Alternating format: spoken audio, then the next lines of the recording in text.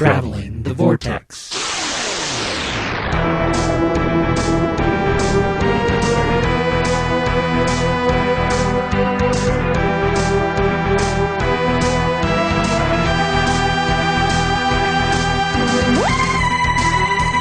We've joined the Doctor as he travels the Vortex and landed episode number 134. And this open requires tact, finesse. Fortunately, I am blessed by both, and I'm Keith. I'm Sean. I'm Glenn. That's Drew. And this is Drew. Drew is joining us this week. He's listening in. Sean, you want to tell our listeners who Drew is? That's Drew. How do you know Drew? Oh, I work with Drew. Ah. Welcome, Drew. Thank you. Actually, to be totally accurate, I'm now Drew's boss. Oh. So what'd you do this week? Apparently, I got promoted. Congratulations. Apparently? Although you so told me, 5 weeks ago that you would never, ever, ever do that again. You don't want the responsibility. And 3 weeks ago, he told us he was a key holder. And then we went, but he said, but I'm not managing him just because they needed somebody to do it. They needed somebody to assist to manage, too. No, it's, I need the money more than I not need the responsibility. So Congratulations. yeah, thanks. I'm actually excited about it. And Drew's excited about it. Everybody is. So that makes me happy. Good. That makes me more excited about it, to know that other people are excited about it. I would be very concerned if people weren't excited about it. Including and dreading it. Including the manager of the store. Including the manager of the store. The manager's happy. Well, that's Manager, important. Yeah, he's very happy. Ecstatic. How's the movie collection convergence and catalogization? Consolidating. Consolidation, thank you. And cataloging. You've been cataloging. You've been cataloging everything. Mel and I have decided to take the ultimate step in our relationship. We are the biggest step possible. The biggest step possible for us is we are combining our movie collections. And so we have a lot of duplicates. We've been going through and, we're doing the full 9 yards. We're comparing who's got a better box. Does yours have a rental sticker on the label, on the disc, and, putting together, trying to get the best These are really good version. shoes, Sean. Thanks. Oh, yeah, I take care of my stuff. So we've been doing that, and then pulling, because we don't want to be fair. I don't want to have one collection that kind of absorbs the other one. You said you don't want to be fair? I do want to be fair. Okay. I don't want to have Didn't one you say collection. I don't want to be fair? He was combining his sentence. I know what he was trying to say, so. I had a stroke. Leave me alone. But so we've been going through and pulling some of them out of her inventory on her database and pulling some of them out of my inventory on my database, and back and forth like this. So it's been arduous, and for all of the it makes sense logically and financially and this, that, and the other thing. Man, I think we've fought more about this than we fought just about anything else in our relationship.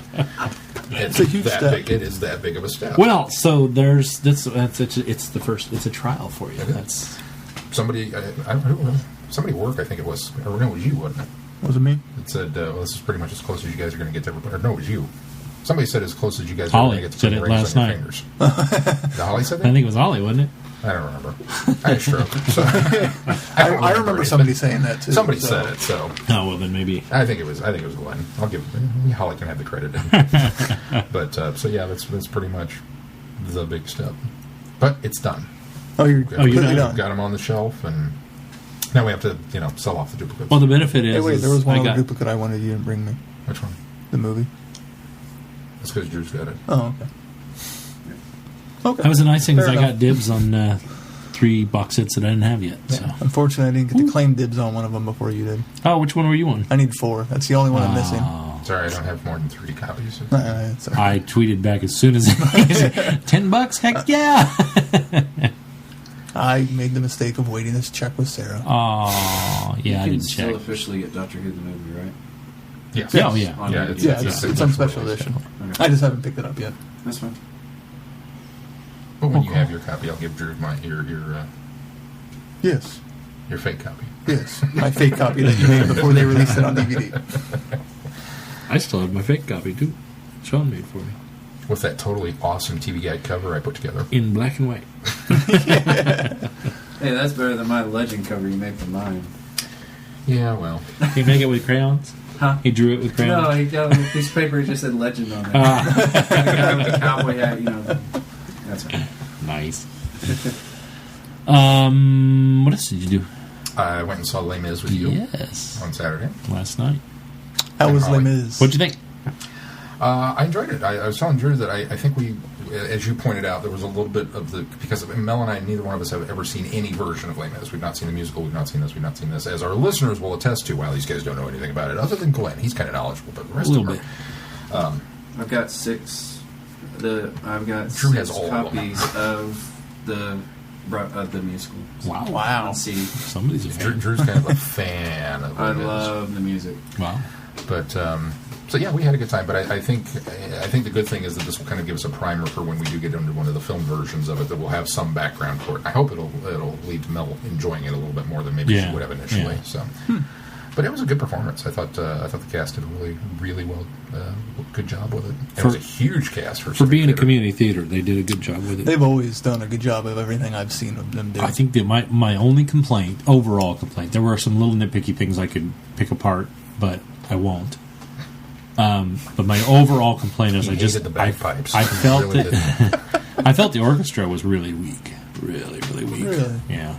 So, and unfortunately, because the I will agree orchestra with that, because the now that you say orchestra that. was weak, the actors, when they really needed to punch some of the music, really put some emotion behind it. I think they either backed off or were afraid to, because I think they were afraid they would just really kind of overdo it. And if the orchestra had been there with them, they could have, and there could have been more passion and power behind it. But, You got to have the orchestra from the yeah, so that was my biggest complaint about it. But Do they have a live orchestra? overall, I believe so. Did they? It's backstage; you don't see them. Oh, but, yeah. yeah. I knew they didn't have a pit. Right. So, and my sister was in it. She did a super awesome job. I saw your picture and She did do a congratulated super her. awesome job. She's playing one of my two favorite characters in the musical. She plays Madame Thénardier, and I absolutely love those characters. And when she got cast, I went, oh well, she was born to play that role. So that one was tailor made to her. So she's just, I mean, she's nothing like Madame Thénardier, but the roles that she always takes and does really super well are those type of roles. She really enjoys those roles. In fact, she played the witch in Into the Woods when she was in school in Lindsberg, when she was in college, and that was the other role that I saw her in that she just blew me away. I was like, oh my gosh, she just embodied that character. So I knew as soon as she was cast in this, I was like, yeah, that's totally a role. So. Anyway, I'm surprised you guys didn't hang out in the green room after. We kind of took off because we figured you were going to be a long time in the. Our kids were at my parents', so yeah, and it did. I mean, it's a long show, so I didn't want hour and 48 minutes first half. Just the first half. Yeah, they warned us before. Oh, did they? Did, yeah. I was wondering if you timed the it. first act is 1 hour and 48 minutes. And all I had, was a glass I should of go tea. now. All I had was a glass of tea before I left, before I went to the show, and a 7-7 when I got to the show, and I still had to pee so bad at intermission. So you guys only went to the show. You didn't do dinner too? No, we didn't do dinner. Too. Although I wish we'd have done dinner because, man, I ate my dessert. Oh Part gosh, of Mel's Sean dessert, and Mel, they apparently part of Glenn's hadn't eaten popcorn. because they were. And the funny thing is, they couldn't serve the dessert until Intermission. Yeah. because the kitchen was still, finishing up. So. Then I'm going to complain a little bit about the menu. That's on the menu. It's got the hot wings or barbecue, chicken wings or whatever. And I looked at it, I was like, I don't know these wings. And I go, oh, they're boneless. Oh, they're boneless wings. Okay, yeah, we'll go ahead because and do they're that. chicken nuggets. They're chicken nuggets. I don't know what planet you live on. You cannot call chicken wings chicken nuggets. You can't call chicken nuggets chicken wings. They came out and Mel looked at me with one of these. Yeah. And I'm like, I looked over there and usually I thought, $5 McNuggets. Oh, my kids can eat here. Usually the theater has better food than that. Every time I've been. Oh, their desserts are phenomenal. The cheesecake is... The meals are usually the really sugar-free good. cheesecake. It's sugar-free. That's the first carrot problem. cake, however. Which Mel ordered. And you ordered the cheesecake, and then she forced you to eat the rest of the carrot cake. I do this every time I get in there, and I know it's the carrot cake I want. And then I sit down and I look at the menu and I go, ooh, cheesecake. And I talk myself into the cheesecake. It's Ooh, like, shiny. yeah, it's... Hey, look over there, squirrel. It's something I do, and I do it all the time, and then I get it, and I'm disappointed with it, and I know it's not what I want. I know the carrot cake is phenomenal, but so she was like, okay. She said, you want cheesecake? I was like, yeah, let's get some cheesecake. She goes, well, I want carrot cake. I was like, oh yeah, that's really good too, but I really want cheesecake. Okay. And then the cheesecake came out, and all they had was the fat-free. Oh, I thought you got the fat-free on purpose. Oh. No. If I'm ordering cheesecake, I don't care. So we're past that point. But first, what is that's how you're going to lose that last 6 pounds for Child of Time Lord to justify your purchase. Yeah, I got another week. I agree. Anyway, so we did that, and then we were supposed to go with you guys to see Much Ado About Nothing today, but just kind of got caught up with movie. That's is it what playing we here? It's in Lawrence at Liberty Hall, and it's really good. Is it good? I told Sean and beforehand that I had never seen Much Ado before. I really haven't been exposed to that much Shakespeare, honestly. It just never caught my attention. And I was a little worried I wasn't going to understand what was going on, but I think I got 80-90% of it. Yeah, Much Ado is one of those ones that I think is a lot more. I mean, you don't get lost in a lot of. It's very accessible. Yeah, it is very accessible. You don't get lost in a lot of the language. I think there's Oh, Shakespeareisms. you've seen Star Trek 6. Well, yeah. There's enough Shakespeare in that to last you. The Shakespeare I know the best is The Tempest, because that's the one play I worked on in high school. Yeah. So I really know The Tempest well. Yeah. I don't know everything else as well. Of course, I know Hamlet's the bare bones of it, and Romeo and Juliet, but some of the more quote unquote obscure Shakespeare, I'm not that I wouldn't aware call of. Much Ado. I wouldn't call it obscure. Obscure. Especially since there's already been one film adaptation of it recently. Well, yeah, if there's a film adaptation of it, you should be at least aware, years. I know of it. I know of the adaptation. I just never watched it. I always went 12th Night. If it's got Kenneth Branagh on it, I'll watch it. Richard. Yeah. Does he play Benedict? Yes. Benedict? Yes. No, yes, he did. Yes, he did. I thought Alexis Denisof did a really good job. I'd read a review that he was kind of the weak point of it, and I thought he did a great job. He was both likable and dislikable at the same time. I don't know if that's how it's supposed to be, but that's how he was. There were. Sure. It took me a while to warm up to him as a character. Amy Acker was phenomenal as Beatrice, and Fran Kranz was phenomenal as Claudio. So who does Nathan Fillion play in this? Yeah, I was about to say, you didn't even say anything about it. That's because he's really not in it that much. He's Dogberry, one of the cops. Yeah. Oh, okay. Along with Tom Link, who's another Buffy actor. And Simon, Sean Mayer, wasn't in it as much as I thought he would be either. Huh. Really? Because he plays Don John, the villain. Oh, yeah. The Keanu. Oh, is that who plays him? Keanu? Yeah. Oh.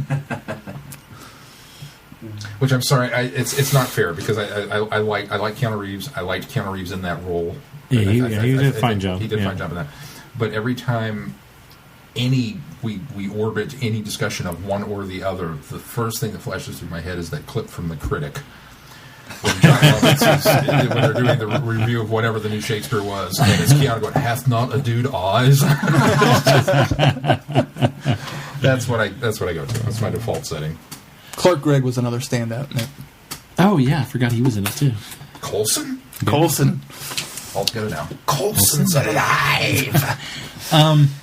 Yeah, that was big news this weekend. We'll talk about it, too, I guess. Yes. So. I saw G.I. Joe Retaliation.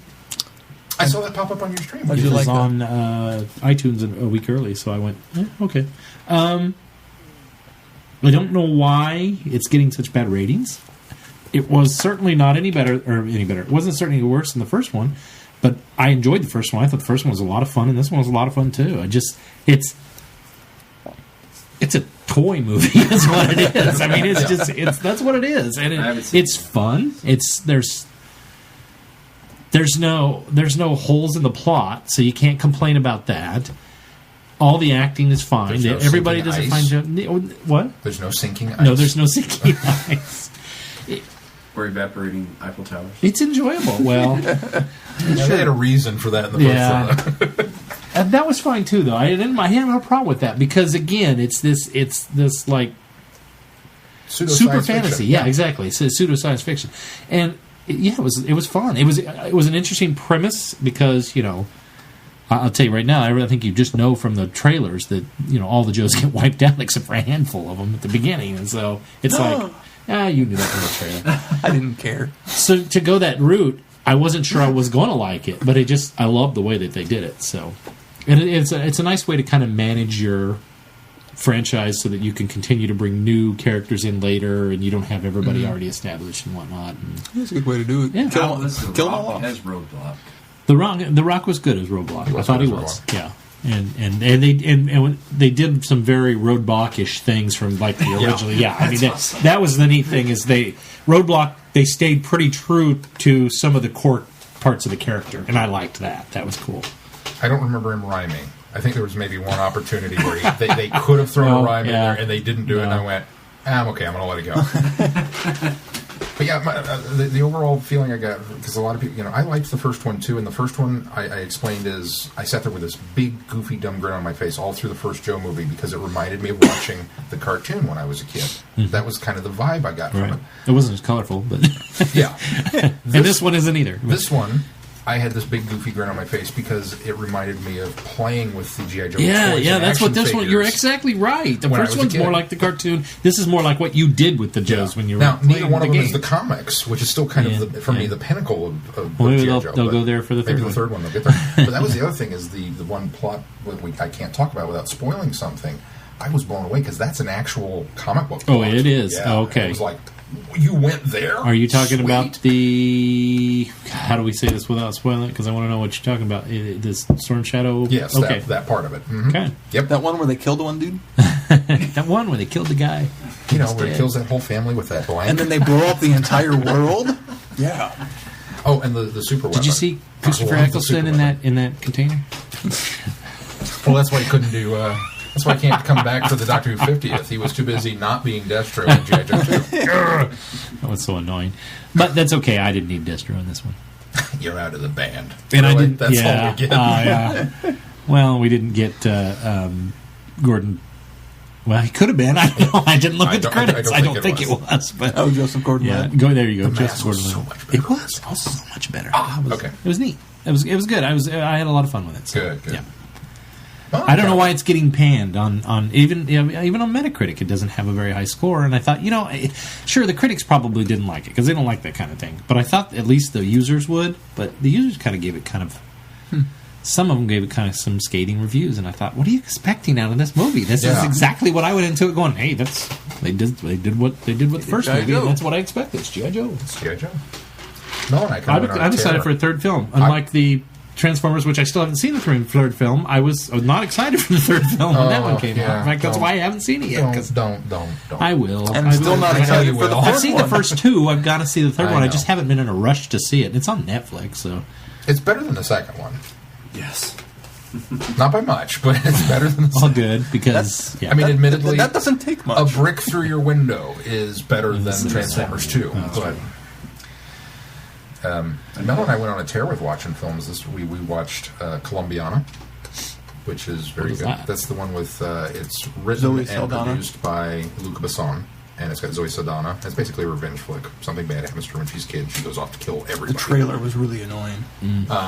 It was the most annoying trailers I've ever seen in my life. It's like Taken with less suspense and more action. I haven't seen it. So it's right. If you like revenge flicks, or if you like Luc Besson stuff in general, yes, I don't like revenge really, flicks. really good. So. But there wasn't anything outstanding about it. I really wish that he had directed it, because the guy that did direct it, who was, I don't know, what would he's like named after an explosion. His last name literally is like Megaton. I kid you not. Wow. Keith will IMDb him. IMDb now. Megaton. His last name was Megaton, and I went, really? That's like McG. I'm sorry, I've lost all respect for you as a director now, just based on the ridiculousness of your name. But a lot of shaky cam and stuff that just wasn't needed. Yeah. It wasn't artistic. And then we watched Cloud Atlas, which was I saw you phenomenal. Post it restored your faith in the industry. It was art for art's sake. Really? It was so good. And really, I've heard nothing but bad things about it from everybody that has missed the boat on the whole thing. Drew will tell you it's good. On the movie. It just, the critics don't understand it, and except for Roger Ebert, who is now passed away. Yeah, I did see that he was one of the only ones that gave it a good review. It is phenomenal. It is an amazingly. Well, maybe It's an amazing story. Maybe It's that'll be the told. next one I It's get out of fantastic Redbox. acting. It's unreal. I was waiting to see it until I knew somebody who saw it, Yeah. and now I give hearing it- Well, but him Sean and I and don't often hear have the same him taste and in Mel films. rave about it because Mel absolutely loved it too. So Yeah, Mellow. Maybe I should wait till you watch it Yeah, there because you go. you and I have a little better taste, or a little closer. closer taste in films. Excuse me. You're right. It's Did better slip out there? You know, I liked G.I. Joe. Yes, we did. So- yes, we did. Olivier We're about Megaton. 50-50 most of the time. Olivier Megaton. I'm assuming that's how it's pronounced. It's Olivier. Wouldn't that be Olivier? Yeah, or Olivier. But Olivier. yes, Olivier is. Olivier Megaton. That's his name. He Megaton. also did Taken 2 and The Transporter 3. Oh, he did Taken too? Mm-hmm. Oh, Which was okay. But that explains a lot. Yeah. The Megaton. first one's phenomenal. I love the first. So, what was that? What was the other one we watched? We watched something else. He only told me about 2. Yeah, well. Oh, we went to the theater. That's what it was. We went to the theater and saw The Lone Ranger Ah, how was that? Oh. with my free Disney ticket. How'd you glad get it free was Disney? free. Oh, No, honestly, it's not bad. It's very much full of pretty much every Western trope ever. So it's that Western. So if you've seen that Western, you've seen The Lone Ranger. I was really kind of surprised. I don't know why. Johnny Depp's the best thing in the film. oh. Which, well, this is. I like Johnny Depp, and I like the fact that he's a very good actor. I wish Johnny Depp would get back to acting and stop playing weird characters. He's always different. It's not like he's playing the same weird character, but he's it wasn't always, Captain Jack in this one. No, it wasn't Captain Jack at all. He created his own Tonto, and he was the most enjoyable. Every time Tonto was on screen, I was riveted because I enjoy his performances so much. Armie Hammer was okay. You know, I think that's the problem is you're going up against Johnny Depp. It's like, no, I can phone this in because Well, but nobody's watching. you need me a anyway. good-looking lead, and you need a comical sidekick. Yeah. And The horse was outstanding. the action bits, which I've heard, all of the action in this movie is real. Like I heard that there was like no CG work, which I highly doubt because Yeah, they flip trains over. I mean, they do some big scenes. It's like if you did that full size, I'm impressed. But you know, the train fight chase and running a horse along the roof of the train and diving through tunnels and stuff. I mean, it was all really cool. But unfortunately, the structured plot that kind of hinged everything together is also a trope. It's also that Western story that we've seen a million times, and it deals with Promontory Point and the railroad. And it's kind of like, I know where is you're it going with is it this. Legend of the Lone Ranger all over again? Is that same story? I heard it stays pretty true to the origin that It may. I've not seen was the established. original Legend of the Lone Ranger. Though. Oh, that's a good movie. I'll put in it my this, opinion. I'll It put came it out in this the way. 80s, but- At one point in time You're in the talking about film, the 80's one? yeah. You said it was a good movie? Oh, I loved it. I I thought absolutely about loved it. at one point in time in the film, everyone else hated it. I leaned over to Mel and I said, Well, "Any minute now, because there's it was a too giant close spider." to. It was clomping too over close the to the hill, television she series, and I mean, in the time that it came out, it was too close. There was too many people that had a love for I didn't think there was anything wrong with it. I love the Lone Ranger. Yeah, no, Yeah, it's enjoyable, but But I wasn't excited for this movie. it's not that it's bad. Hans Zimmer surprised me by, for the first time, plagiarizing himself. I listened to the score for The Lone Ranger from Hans Zimmer, and I heard Sherlock Holmes. Like, note for note. Oh, I can totally see that from the trailer. Did we get some William Tell? Until We William did. Tell showed Okay. up. And then that was so strikingly different from everything else that he wrote for the movie. It was like, I hear you Horns! don't. I hear you don't get a hi-ho silver until like near the end of the movie, and then the it's very a end. joke. Yeah, it's the very end of the movie. That's too bad. Oh well. And you don't have to stay through the credits. There's no. There, it comes back up. Johnny Depp's walking off into the desert, but that's really all you get. That's it. Huh? Well, that's no more than what there was at the end of the first Pirates. That was a great joke at the end of the first Yeah, Pirates. but And the second, and the third. I don't remember the second and third. All of the animals in Pirates came back for cameos. Did they? I only remember the first. Because the first is the monkey taking the The gold. coin. Yeah. The second one, it goes back to the island of cannibals, and they're all Oh, that's right, worshipping, yeah. and the camera pans in, and it's the dog up on the throne. Oh. Because they left the dog when he ran off with... Oh, After, okay. after he rescues Jack in the first one with the keys, the cannibals chase him down the beach. Yeah. Because Jack puts the necklace on him. So the dog's on the throne. And then the third one I is... don't think I watched all the way through the credits after those two. I watched the second. I remember the Was it dog. the I don't parrot? remember the third one. Or was it just the idea of... oh, no, it's the Flash... It's the Flash Forward, the 10 years later, the... Oh right. Them on the- the island. what's her name? Elizabeth is waiting there with the now 10-year-old kid. That was after the credits? That's after the credits. I must have watched that one. I remember that scene. I was fighting for it to be the parrot. That was my theory going in. It was like, well, we had the monkey and then we had the dog. So the only animal that's not been represented at the end of the credits yet is the parrot. So the parrot's going to have a great bit at the end of the third film. That wasn't there. Anyway, Anything else? let's talk Comic-Con. I didn't have anything else. Oh, let's move on to news then. No, So let's talk Comic-Con. This little Well, thing it's in our news this week. There wasn't much going on. There was a apparently. small little convention going on. little convention. You Nothing may big. have heard of it. People converged on San Diego for. I watched a story by CNN, and I think I got spoiled on Game of Thrones. Oh no! Yeah. Don't tell me. You should never watch. I didn't know he was. You should never watch news coverage of the thing of a convention about the things you love, because you'll be like me, and Meredith Vera will ruin Doctor Who for you. Will ruin a finale of Doctor Who for you. Well, I loaded up the story. Didn't know it was. They were talking to Kit Harington or whatever is Jon Snow, and started showing clips, and I'm like, oh, I'm done.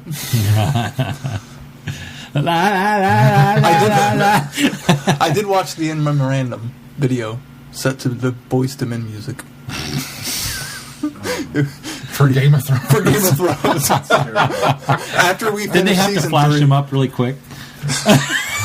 there was some. They went to like the army people, and it's like number 1 through 32, and some just filed through the numbers really quickly. That's my favorite meme right now on Facebook, is a picture of J.K. Rowling going, "It's really tough to kill off characters in books," and then a picture of J.R.R. Tolkien going, "Please." You're cute.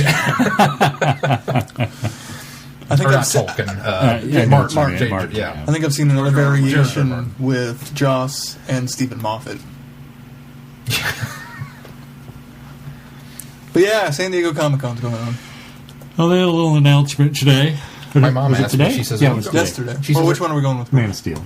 That was yesterday. What was Was it yesterday? yesterday? Okay. My mom asked me, she says, "How come Oh you're yeah, not the in San Doctor Who Diego?" panel was today, right? Because apparently I'm the con guy, you know. Yeah. How come you're not in San Diego? Yeah, why aren't you in San Did Diego, you know? Sean? She says, she calls You me. could have been doing Did you know? reports for us. She called me up. Did you know the Big Bang cast showed up in costume? That's cool. To be fair, that's not an entirely accurate statement. That's not right. They apparently crashed it, according to my mom. There was a panel where You don't have to explain the Johnny joke to me. Galecki showed up as Bosch Right. in the audience and asked the question. And the woman who played, I don't know her name, who plays Bernadette, surprise moderated the panel. That's the only two people that were actually from Big No, Bang that she was said there. everybody from the Not that I cast saw. showed up in costume and was walking around the floor. I find that dubious at best. But, Considering Matt Smith put on a Bart Simpson mask just to walk the floor, Yeah. I'm going to think that's not going to Simon Pegg happen. apparently was walking around in the Shaun of the Dead white T-shirt, red tie with the Shaun name tag with a Boba Fett helmet on, and nobody knew who he was. That's great. I'm just going to walk up to total strangers when we go, "Can I have your autograph?" You might be somebody famous. Will you take off your helmet? If they don't, then definitely get the other. Yes. Anyway, let's talk about Man of Steel. Well, they talked about the sequel to Man of Steel, which would be, I guess, Man of Steel 2. They haven't announced the They title haven't for announced it. the title. But they did drop the little I've got a bomb title. that Batman will not just be a cameo in it, Batman will significantly play into the storyline. So, Hopefully That's they're doing kind of World's Finest.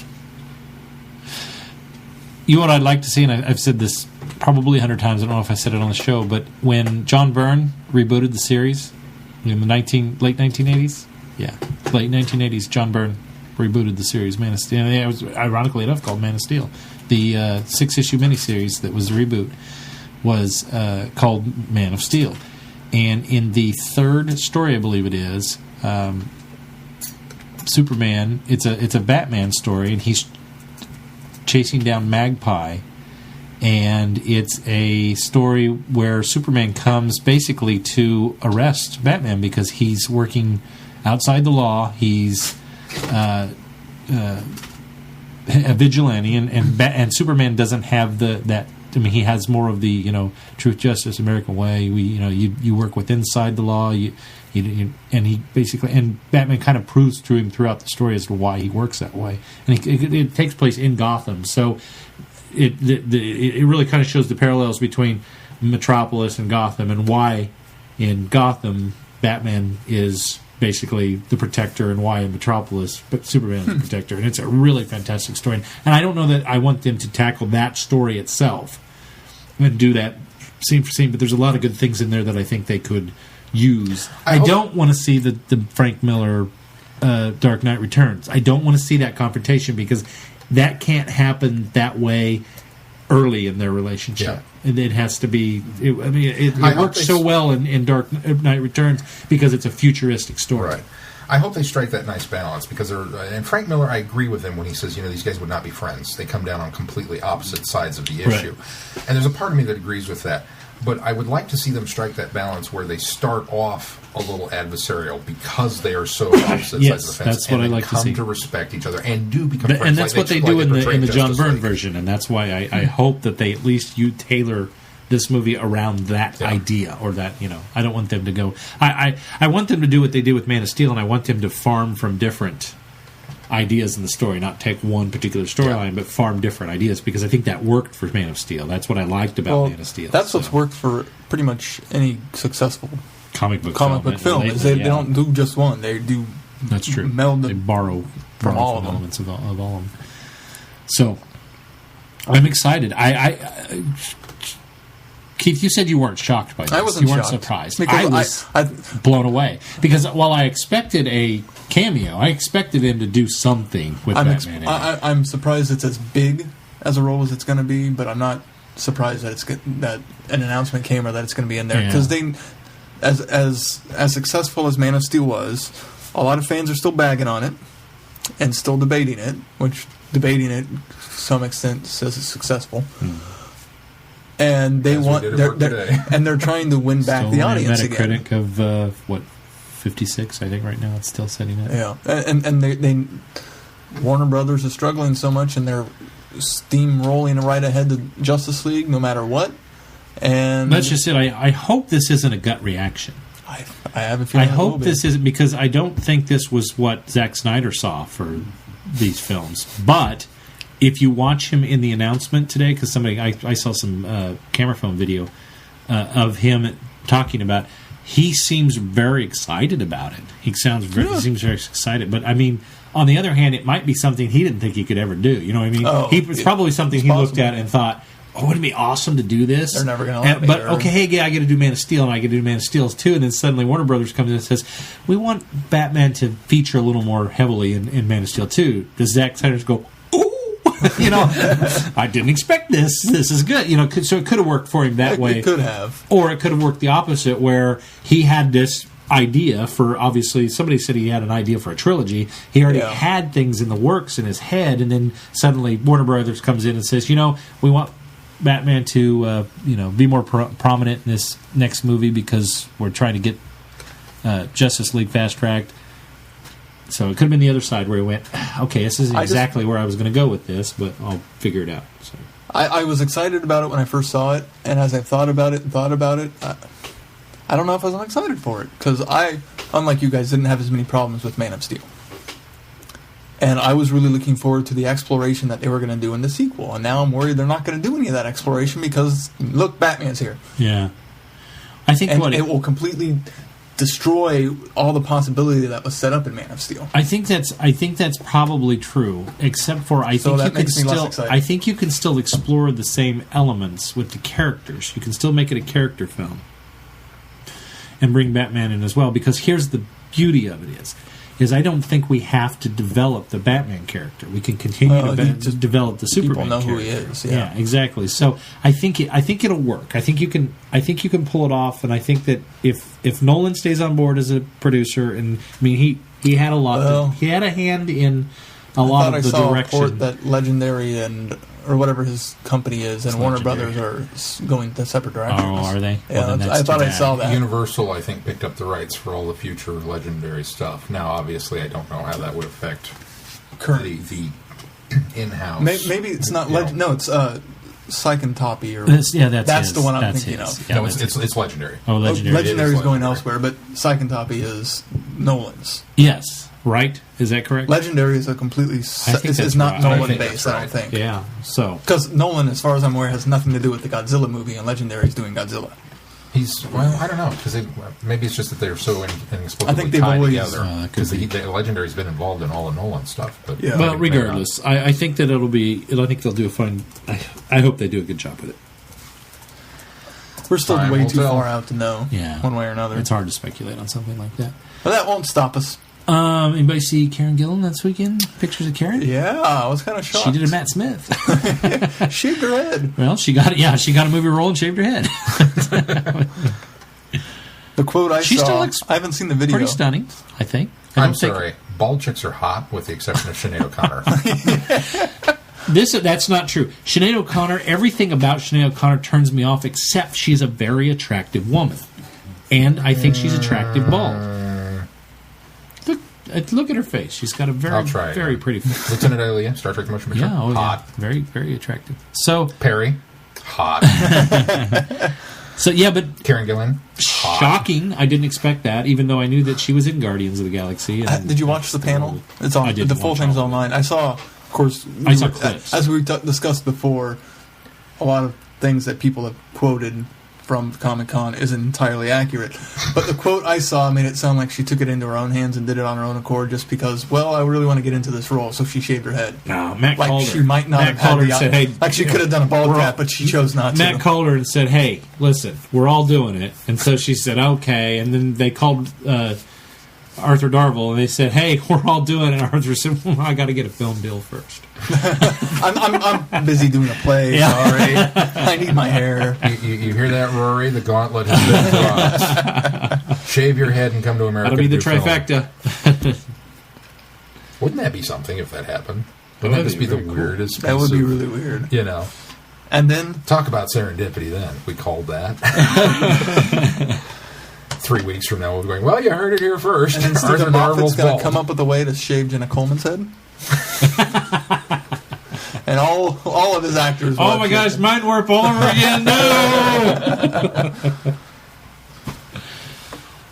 And then I think there was something else this weekend. Reading the description of Guardians of the Galaxy makes me kind of excited about what they showed. I didn't see that. It makes me kind of excited. Good. I know that the Avengers got a title too. Yes. Subtitle. What is it? Age of Ultron? Ultron. Yes. Not Voltron. Ultron.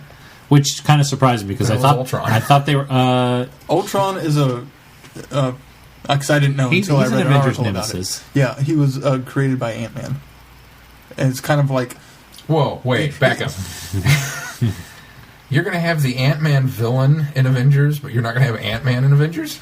Yep. We don't need him. Apparently, according to Joss. According to Jaws, we don't need him. But it makes me wonder if... Well, maybe that's what happens at the end of Ant-Man. Well, yeah. Well, I think that'll. Squished I like think grape. that'll be the reason why Ant-Man comes into the Avengers. I don't think Ant-Man will predominantly be in this one, but I wonder if it'll be a result of Ultron. The strange thing about that is Or that I wonder if they do the Ultron it's gonna be storyline, set- then they're pushing the Thanos off onto something That's else what because I said. they're What too about different. Thanos? Yeah, they're too different. It really makes- Thanos at the end of and Avengers. it sounds like from descriptions of Guardians, one of the characters is heavily involved with Thanos. It would make sense to push Thanos Yes, to well, the and third film. because But with- Thanos has been was established in Guardians first Yeah. before they went Maybe they... the Gauntlet route. It wouldn't surprise me if they feel like they need to build up the threat of Thanos more throughout more movies. That's why they're pushing it to the third movie. Because from what I can tell, Well, that's my Thor 2 impression is now not is going to have any Thanos was stuff. a tease to the next film That's what I thought. the next spring-off film, which will be Guardians of the Galaxy. I think that was a tease to that, is what it was. Instead of a big villain for Avengers. Exactly. So, and maybe Thanos will be like an ultimate threat by the time So does the that open the third door Avengers rolls around. for DC to push? I hope not, but does that open the door for them to push to get Darkseid out there first? Perhaps. So Possible. characters Because somewhat that's kind of the thing. Is I mean, Darkseid's very much based on Thanos. No, And- no, Yes. no, Yeah. no, They admitted that. no. Yes. Darkseid's been around longer than Thanos. No. Yes. No, they admitted that Darkseid's a No. complete rip, actually, from Thanos, that they stole him. Darkseid's been around longer. Okay. Anyway, but I didn't think DC actually had a shot of doing it because it would seem like they were now ripping off Yeah, Thanos. agreed. Because I thought for sure Avengers 2 was going to bring him to the forefront, but I wonder now if that's going to open that door. Maybe that's who It could- Batman will be helping Soup's fight in the Well, two. see, I don't see them I hope bringing not. Darkseid in that Seems soon. too soon. Yeah. Well, but this is DC we're talking That's about, true. Warner Brothers. Let's be honest. They've not had the most stellar track record with their hero titles. Except for Interesting. the Batman franchise. It's For the record, Thanos' first appearance was in February 1973 in Iron Man 55. And Darkseid was Darkseid. 1970. Yep. really. Yep. I knew he was around a lot longer. His first full appearance was You remember I was a in DC. 71. I was a DC kid. I should was never not a question Marvel you on kid. anything comic I was book. I not should a know Marvel better. kid. I But was that a means DC that- kid. Are you still DC? No, I'm Marvel now. Are you really? Yeah. Now I don't read comic books as much as I did, but I started as a DC kid, and then kind of evolved into. I kind of crossed the barriers and did both for a long time, and then I really found myself enjoying the Marvel titles more often. But Okay. eventually, so That means that somebody whose opinion I very much value and trust, who told me that, is wrong. So now I have to reevaluate everything I've ever heard from that person. I will. To be fair, I see a lot of parallels in the characters. And Darkseid, even though coming before, I think probably in the 80s when Thanos really started to become the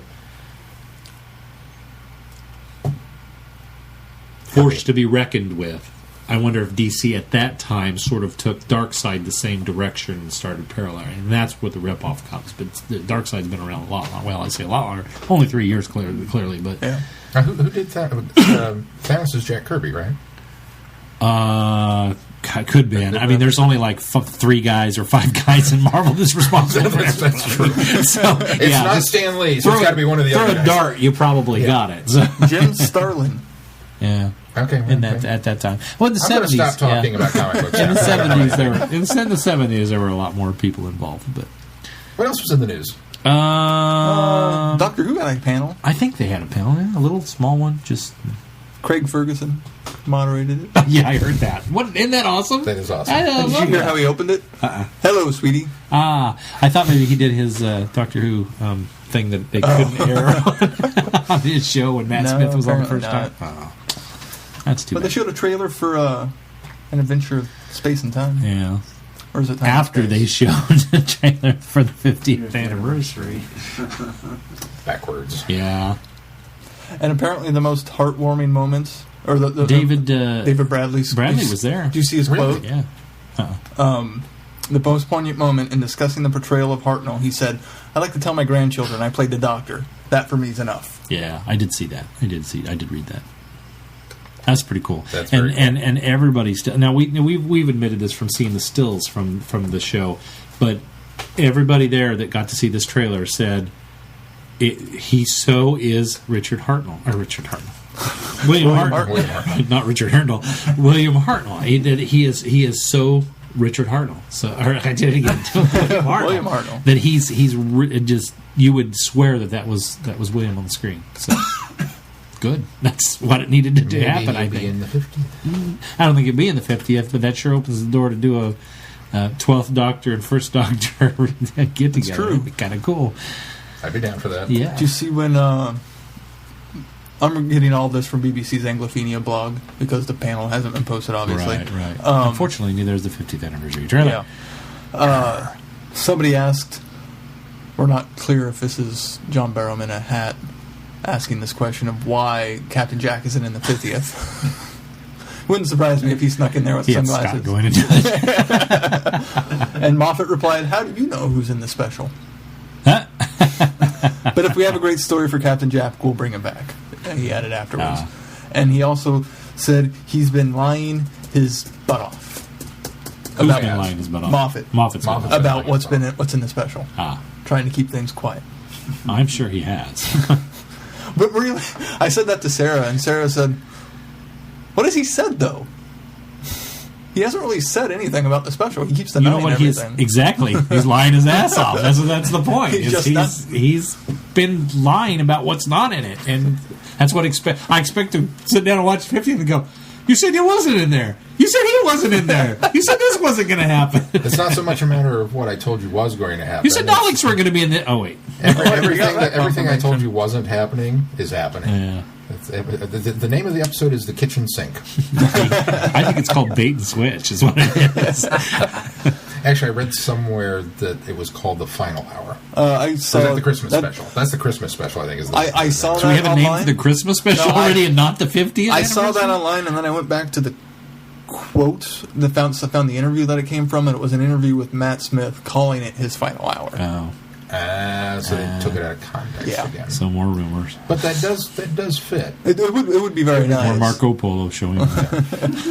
It's more people going. Oh! Although I heard Marco Polo's in the 50th anniversary.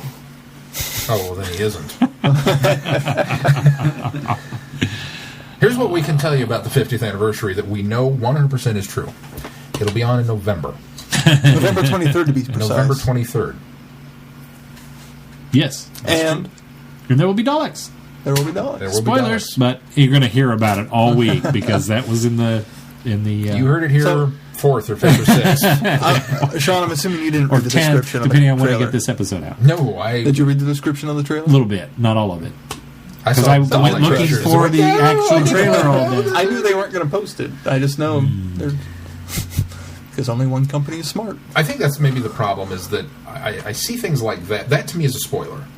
Oh, there's this. It's happening. gonna be in the trailer, But once I see the trailer, I'm okay with it because that's an officially licensed BBC. Ta-da! Here They it officially is. So released I'm the okay to pictures. watch that. They But released the pictures on BBC. I don't want to see pictures of the trailer. I That's want a to see the cheat. trailer. I want to see the trailer. I don't care if BBC or Bob gave me the pictures of the trailer. It's pictures of a trailer. I want to see the trailer.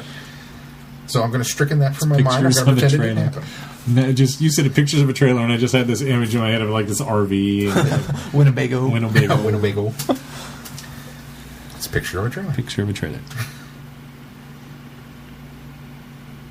I guess we're done with that. Then let's move on to feedback. Because There's not there much is no we can trailer say. to talk yeah, about, there's and not without much going more. into Without the having actual- the trailer, The big we thing don't was know. Daleks are in There it, will be and Daleks. Zygons. So And don't. I'm be- telling you, the Zygons are I'm going to say it again because I said this months and months and months ago. The Zygons are going to be a pre-credit villain. That's it. I guarantee I think- it. That's why we got shots of it so early. I think the Zygons will be shape-shifting as Daleks. No.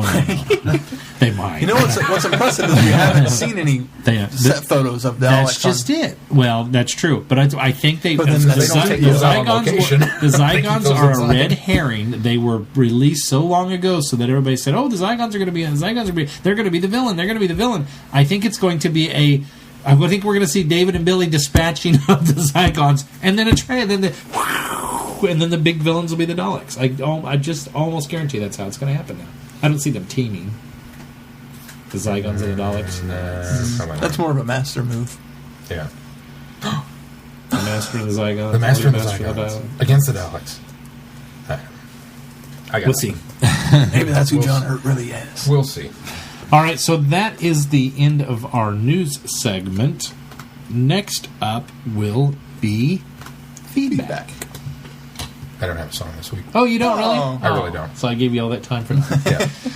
Well, I was prepared. I've got a song. And I don't have a song. Hold on. I was busy. I'm gonna We've been play it, integrating but- DVDs, and Keith's it's got a been a song. busy... I'm not going to sing it. I'm just going to play it. No, you sing it. No, I gotta sing. That's how we I do haven't the changed feedback. lyrics for it. Sing. I'm just going to play First, you it. have to unmute your sound.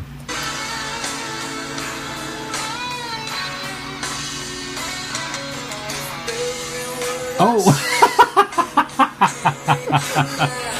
Oh, good God. Are you still going on okay. about Did you see his post? Well, Did you know why? why? They Why reunited it was on Jimmy Okay, Fallon so for Friday the listeners that didn't join us on Friday Night Who, I brought up that Uncle Jesse was trending on Twitter. I said, on a whole separate note, Uncle Jesse's trending on Twitter because I was just curious, and we got onto this whole tangent of talking about Full House. Because and, that's the- of course, I kept talking about the Dukes of Hazzard because that's Uncle Jesse to me. But when we talked about Full House and how Jesse was. This is Sexual guys, awesome. too. This is awesome. Jimmy Fallon had them on his show, had in character. That's Jesse in character. I mean, that's John Stamos in character as Jesse. Dan Tanner is in the audience. This is the band. This is the Rippers. Dan Tanner is in the audience, and Becky comes out at the end.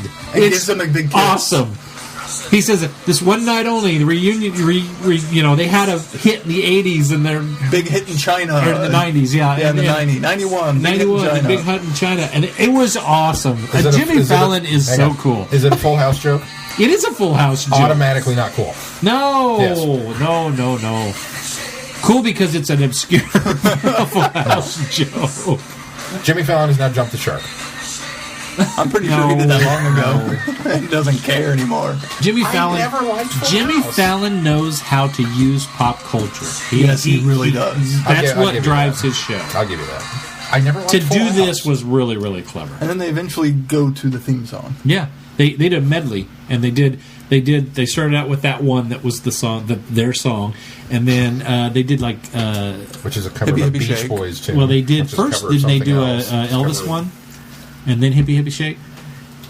Little Little Sister. Sister, yeah, okay, and then Hippie Hippie Shake, and then then I the think theme. the theme Yeah. song was the last one. Yeah, Yeah. I don't like. I've never liked Full House. I watched it when I was I can tell. younger. I grew up on Well, I was much older than you when I was watching it, but and my kids enjoy it now because it's on ABC Family, so they watch it a lot. Oh, I forgot to show Caitlin that though. Dang it, we were Oh. going to do that tonight. Well, I tweeted it, so just go to my Twitter page. Yes. Well, that's where I saw it. That's what I was on.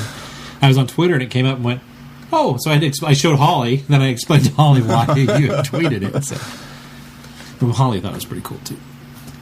I All showed right. Sarah, and she loved it. So. Ugh. First up I say. is Scott. Scott. He says, "Hi, Kansas crew. So what I didn't explain fully before was that I have seen bits and pieces of Mind Warp since I first saw it in the 80s. I just haven't been able to withstand seeing it from the start to finish since then. It truly grates on my nerves like scratching on a chalkboard in a fish processing plant with no windows and 100-degree weather, surrounded by clowns. Ugh. I was okay till that last Keith part. just shuddered. Okay, wait. Go. Pennywise. So I was okay with scratching on chalkboard. chalkboard in a fish processing plant with no windows and 100-degree weather. surrounded by clowns. It's the clowns I have a problem with. That's pretty harsh. It is hard. Still, Scott really doesn't like my work. Still, Sean made some good points, and no one likes a gauntlet thrown down just to lay on the ground. So I'll pick it up.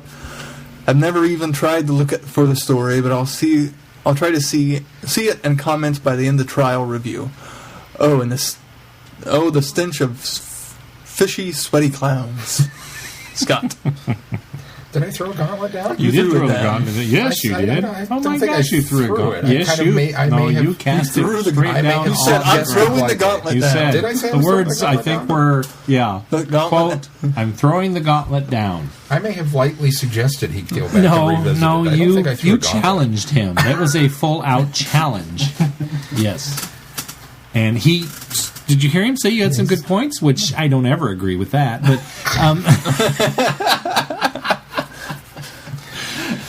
But You've got a point he's there. going back to watch it Maybe again. he'll so come that away with you- it. He'll go, you know what? It was only one window open on the fish plant. Maybe there were no clowns after all. No clowns. No, the clowns will still be there.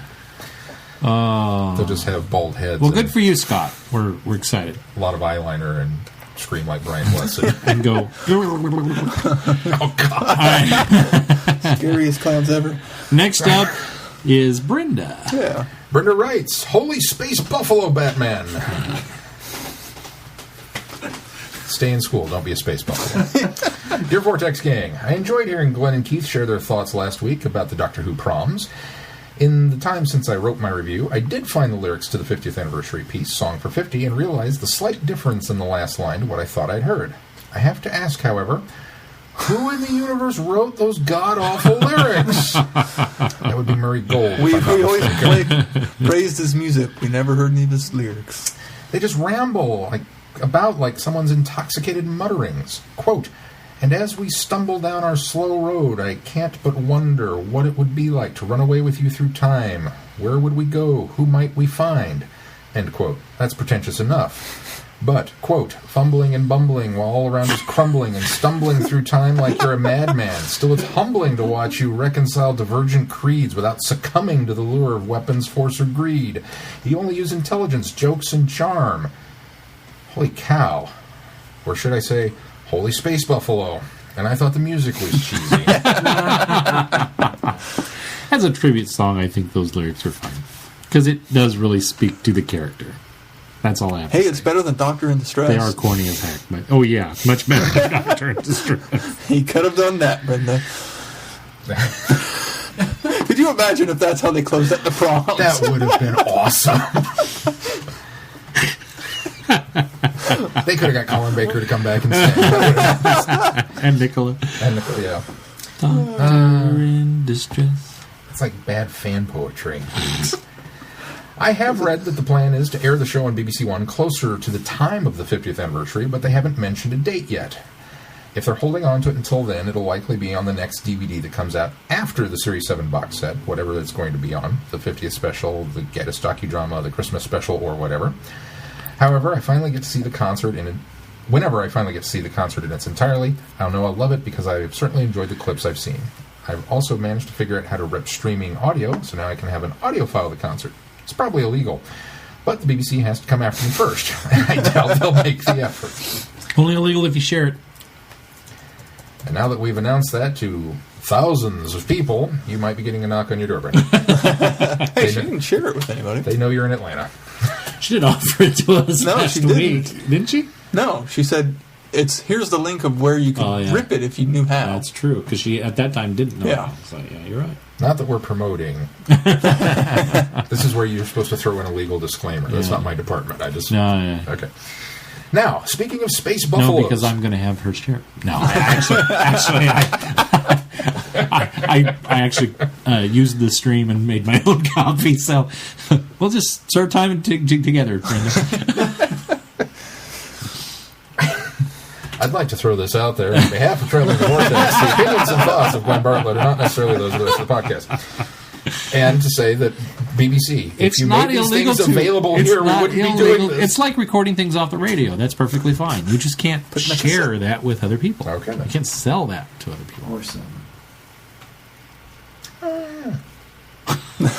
I'm not making money off it. I'm just enjoying it in my own time, in my own home. So when I would get my Fisher-Price tape recorder out and I would record Solid Gold when it was on Sunday nights, that was okay?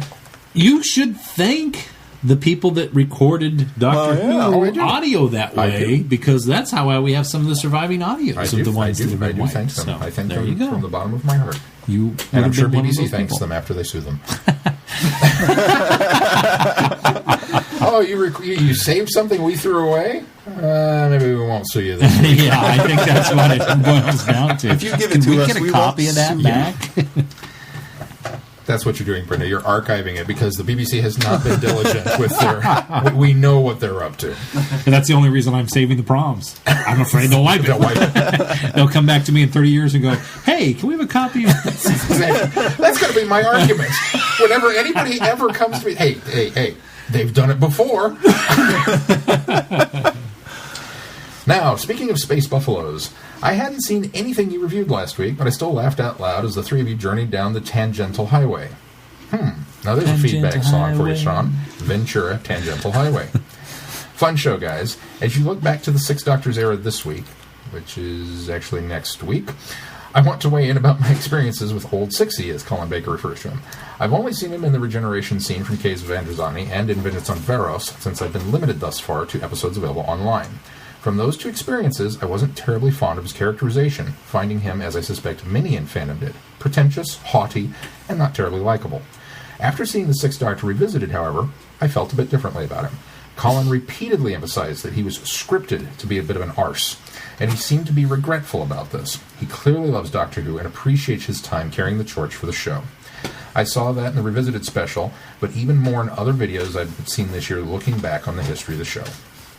I feel now that he was given a tough row to hoe, and that he has been unfairly held responsible for the show's shortcomings during his run. I'd be interested in hearing your perspectives on his time because, to me, it seems like the BBC brass had lost interest in Doctor Who by that time, and they were either intentionally or accidentally trying to kill it. I also need to find a way to see a few more stories of 6. Guess it's time to make a visit to my public library, though it's a bit of a distance away from me. But that'll make Chrissy happy, I'm sure.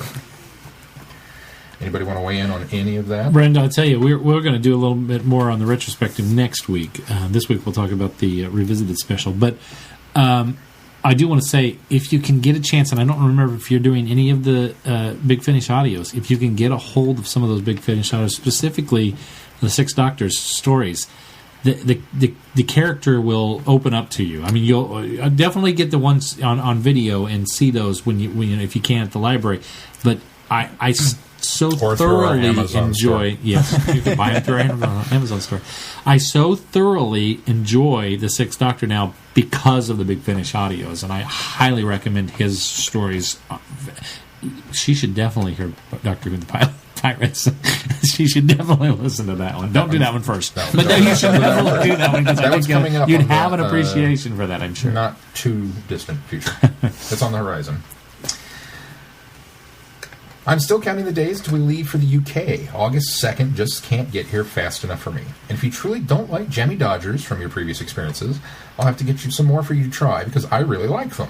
Perhaps you just didn't have a good kind when you tried them before. How can you go wrong with shortbread and raspberry jam?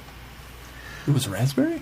I'll tell you how you can go wrong. It was shortbread and raspberry jam. Here's the thing, though. I wonder if we had really old cups. Oh, we could have had old, because we had imports. So, I mean, it probably took them 6 months to get over here. They took a slow boat to China before they came So, over. I mean, it might have been a brand thing, because I have found I like the jelly babies that you get in the bag better than the first brand that I ever bought. In the bag more than the box? Oh. The box is the first ones I got, and really? I didn't like them as well as the ones. See, in we the like bag. the box. We've kind of gone the other way. We've gone with the box better now than the bag. But we can never find the box now. The I don't ever. I only see the bag. The yellow bag. bag. Yeah. And the Tavers? Yes, that's the box. Yes. See, I'm the opposite. I prefer the ones in the bag better. They're jelly babies. I eat them all. I don't care.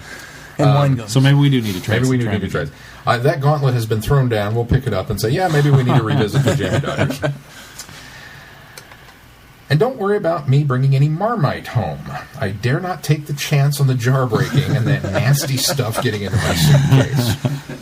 I'm sure it's a biohazard to ship that across state lines without some sort of weird container.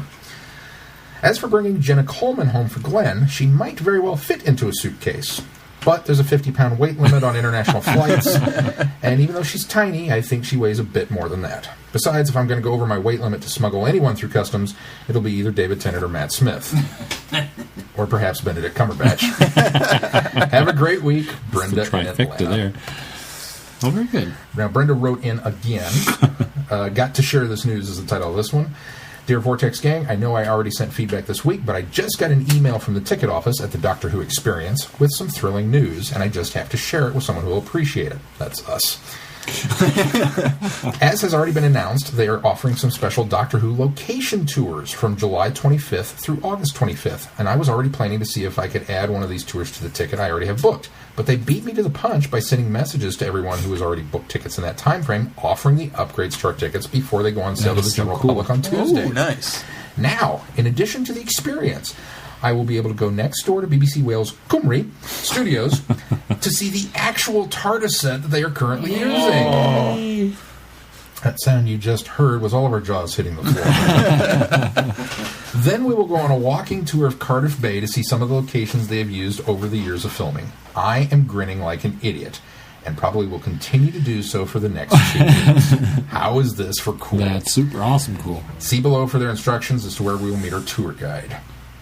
Doctor Who Experience Foyer by Bessie, the Doctor's yellow Edwardian car. Woohoo, Brendan. So how would that be for the start of your walking tour? So Meet me by Very the car. cool. Oh. Meet me by Bessie. Yes. Bessie? Bessie? Messi will be Bess- us when we Bessie's a eat mess. the Jamie Dodgers.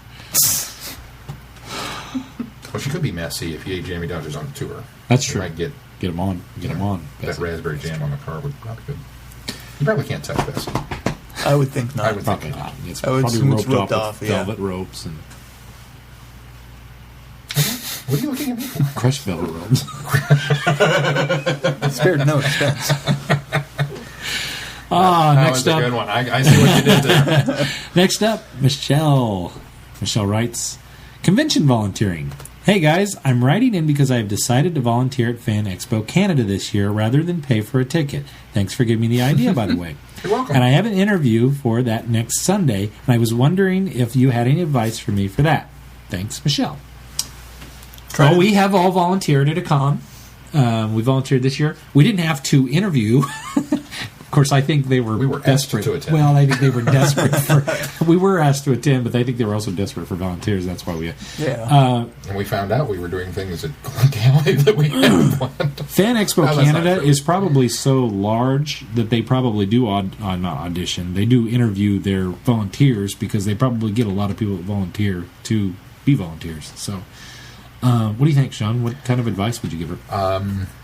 Be enthusiastic yet professional. Outgoing. Be outgoing. Mm-hmm. Be excited about the fandom, but not that fan. Not obsessive. Not obsessive. Don't be fanatical. Yes. Well, that's basically the definition of a fan. But what do you mean? Fan comes from short for fanatic. I understand that, but they're, in my mind, just don't be obsessive, okay? There's a difference between fans. Don't be one of those fans. Those fans. Yeah, absolutely. But you can't say don't be fanatical because that's what a fan is. Don't be us. Yeah, well. Try not to squee. Michelle, this is what you do. Everything that you have ever heard us do, don't do that. That's kind of the... I just throw in there.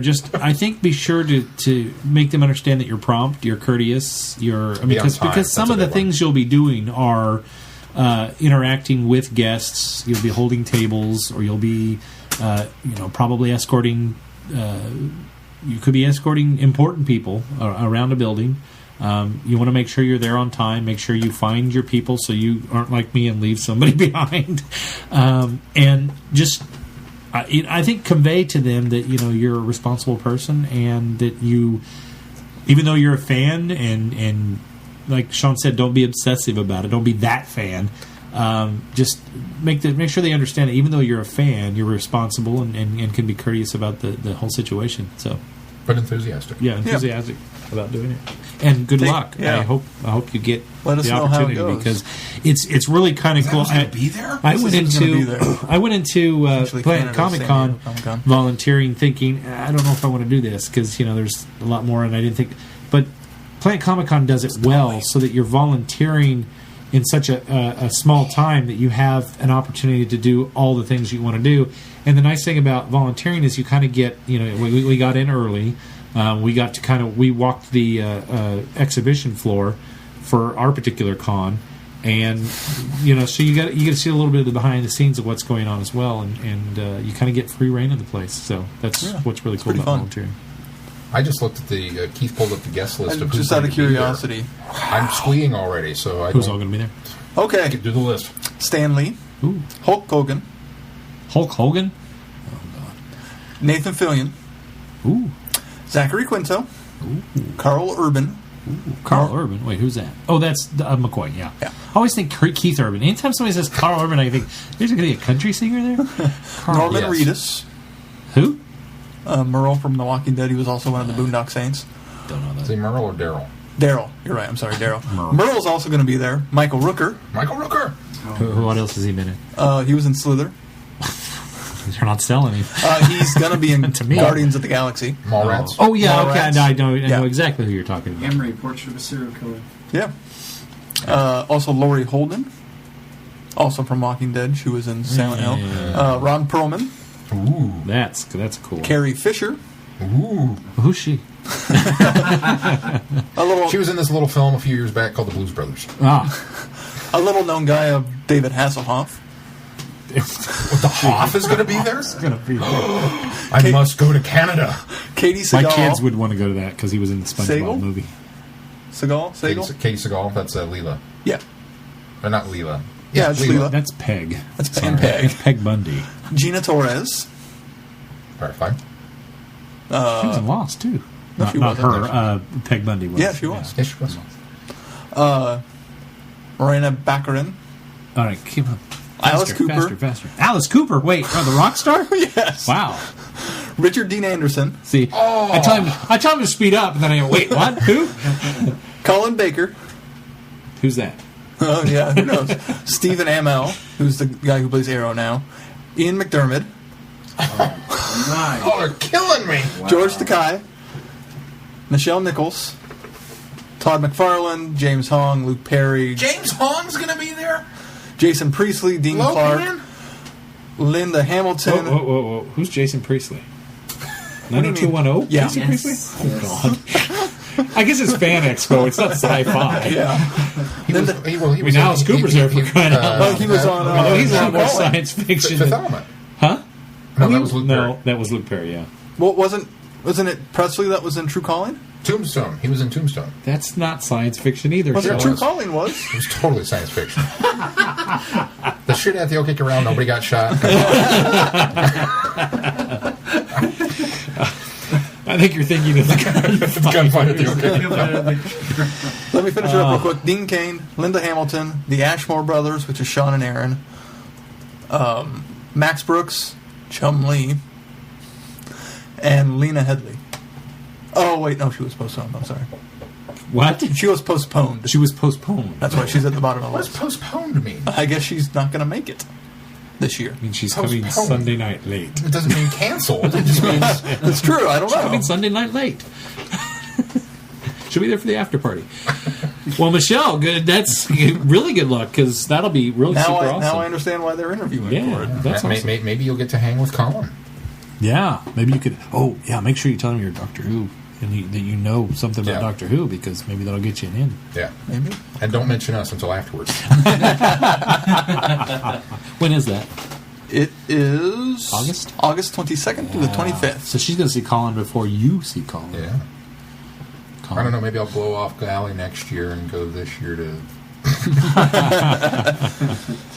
You guys don't need me at the store in August, right? Nah. I can take off. Sure. You're just a minute. A month You got from a little now. more pull. Oh, yeah, I got so much pull. All right. Well, good luck to you. Good luck, Michelle. Next up, Is Rachel. attaboy.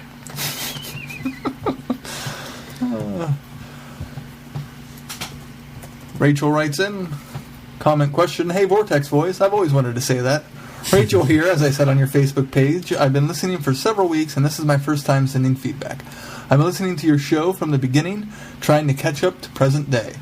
I have to say it's fun hearing you guys try and figure out the various storylines, knowing that I know the answers to the questions since I'm technically listening from the future, and you'll eventually get caught up as the series progresses. Wibbly wobbly, timey wimey. I've thoroughly enjoyed participating in Friday Night Who, even if I'm a few years beyond staying up that late. Keep up the great work, and I look forward to joining in the build-up to the 50th anniversary. Rachel, you're not that much older than Sean or I, or maybe not even older than think Sean or she's I. younger than you two. We stay up till midnight. Of course, it's a challenge for the old guys too, but the only one that's really used to it is Keith. He's still the young whippersnapper, and he still hasn't adjusted his schedule. Of course, he hasn't had kids yet either. So. It's true. Or have a reason to get up early. Yeah, that's true. I don't have to be at work Outside. until 12:30. Well, I don't have to work till 2, but I have to be We up at have 7 kids. for the kids. So, very good. Well, thank you, Rachel, and we're Thank you, enjoying Rachel. having you on Friday Night. Yes. Who. Yes. Keep tuning in And because it's a lot of I fun. thank you for listening, although, once again, I question why any listener would go back 134 episodes and listen to us from the beginning. But, hey, We it sound makes so you young. happy. Okay. She gets to appreciate And how naive. far we've come. Come here, kids. and poor audio quality because huddled around one rock band microphone. Yeah. Back in the days. Huddled around a rock band mic, uphill both ways, In the snow. in this barefoot. Next door to the firehouse. And that barking dog. Oh, you remember before I got the AC in that room? Oh, God. Yeah, it was so warm. We opened a window, and then It the didn't fire help. trucks would leave. All right. Those next- were the I don't miss days. that place. Next up is Holly. Holly writes, Trial of a Time Lord, Terror of the Vervoids. Hey guys, loved the feedback song from last episode. Can't go wrong with the safety dance. Thank you, Holly. This was an interesting story. We get introduced to Mel for the first time. You know what she won't be saying next week? Good job I on love the the feedback. feedback song. Yeah, that's She'll be congratulating me. Oh, yeah. For bringing up Does that count? Jesse and the Rippers. no one will congratulate you on... Hey, No. Chrissy and Brittany wanted us to open this show with that song, with the theme song. just to throw everyone off. I will walk off the set next week. I will not show up. I will take my. You don't listen to our show. You won't know. He listens to it more than I do. You opened with Flash Gordon last week, like I suggested. You didn't suggest opening with Flash. Oh, yes, you did. We talked about the end. I already had the idea, but yes, you did. Yeah. How could we not open with Flash last week? We closed with Flash Gordon, too. And I forgot to put the legal disclaimer on it. I was going to call you about that, and I forgot to do it. Well, you just do it twice this week. Yeah, I'll do it twice. This was an interesting story. We get introduced to Mel for the first time. I can see why the doctor would be a little leery about the carrot juice. I really don't think the doctor's too out of shape with all the running that he's been doing. The doctor's doing pretty well defending himself. The Inquisitor may be nudged into believing the doctor that someone's been meddling around in the Matrix. Mel can lighten up slightly and let the doctor have some sweets. The ending in the courtroom with the doctor being accused of the Article 7 of the Time Lords with genocide, I was yelling at the screen that the other Time Lords can be accused of that article as well, with the Time Lords wanting the doctor to help get rid of the Daleks. Looking forward to hearing everyone's thoughts on this story. Holly from Wisconsin. I hadn't thought about that. I had, and I wish they had brought that up. And that was one of the things that I think that would have been nice for the doctor to have said that. Well, you sent me once before. Just there's still more trial coming. Yeah, there is more trial. I can hold out hope that you keep holding out that hope because that was the cliffhanger. I mean, you never know. Isn't it weird though that he gets charged with genocide because he wiped out all of the. So he wiped out 6 plants. 6 plants. That's charged with genocide, which is Article 7. What's 1 through 6? Yeah. What atrocity could you possibly commit that warrants being higher on that list than 7? I mean, doesn't that seem weird? It's a little weird. I don't know. Thou shalt not commit a genocide. But it's way down on the list. Adultery is, that's more important than, I don't know, weird. Next up is Daryl. Daryl writes, question, answer, your name, Daryl. Twitter handle, don't have a handle on it. Comment question. I thought you were whipping a dead horse. It's actually being creative. Okay. Comment question, hello Vortexians. It's been a while. Just wanted to say a quick hello and comment on Trial of a Time Lord. Hello. And now on to Trial of the Time Lord. Oh, our listeners. Don't they? I followed the J&T Michael Gray Doctor Who saga in the 1980s when it was happening. I even bought Doctor in Distress on vinyl at the time, 45 and 33. I was quite disappointed that the original season 23 was axed and replaced with TOAT. That's Trial of Time Lord, by the way. I like... Or Tote. Tote! That's what we're gonna, next week's show will be called Tote. I like the darkness of Season 22, and Season 23 was shaping up to be good. The Celestial Toymaker, Syl, and the Ice Warriors were to appear, but ratings weren't great, and they claimed that there was too much violence, and that was that. Then came the 18-month hiatus, which gave the producer a reduced slate of 14 episodes to work with, and that birthed 14 episodes of crap. Oh, wow. It's well documented that there was conflict between Eric Saward and J&T, which affected the scripts and editing, and also Robert Holmes' failing health took its toll on the scripts. It was a mess.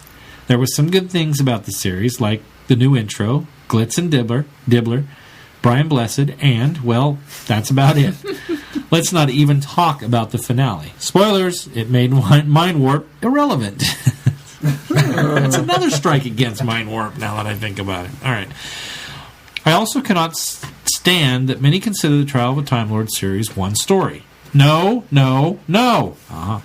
It is quite evident that they are 4 distinct stories. Otherwise, we wouldn't have names for them or rate them individually. They were written by separate people and directed by separate people. Terror of the Vervoids has nothing to do with Mysterious Planet, except the occasional cutaway for the trial. Those are basically thrown in and have no relevance to the stories. You could toss the courtroom scenes into any Who story and the outcome would be the same. So all of the reference books, magazines, and DVD box sets are wrong. The War Games, 10 episodes. Dalek's Master Plan, 12 episodes. Keys of Marinus, 6 episodes. The Chase, 6 episodes. All had separate storylines within the tale, but they were all very much weaved tightly into the main story. TOAT, was a tote was 4 distinct stories that in no way can be considered one 14-episode story. If anything, it was comprised of 4 stories connected by the trial arc. That's it. Move along. Anyway, keep up the good work. P.S. Where's the 50th anniversary stuff? This feels like a gap year. Thanks. Sean? I'm gonna side with the books and the videos and the websites and everybody else in this. The production.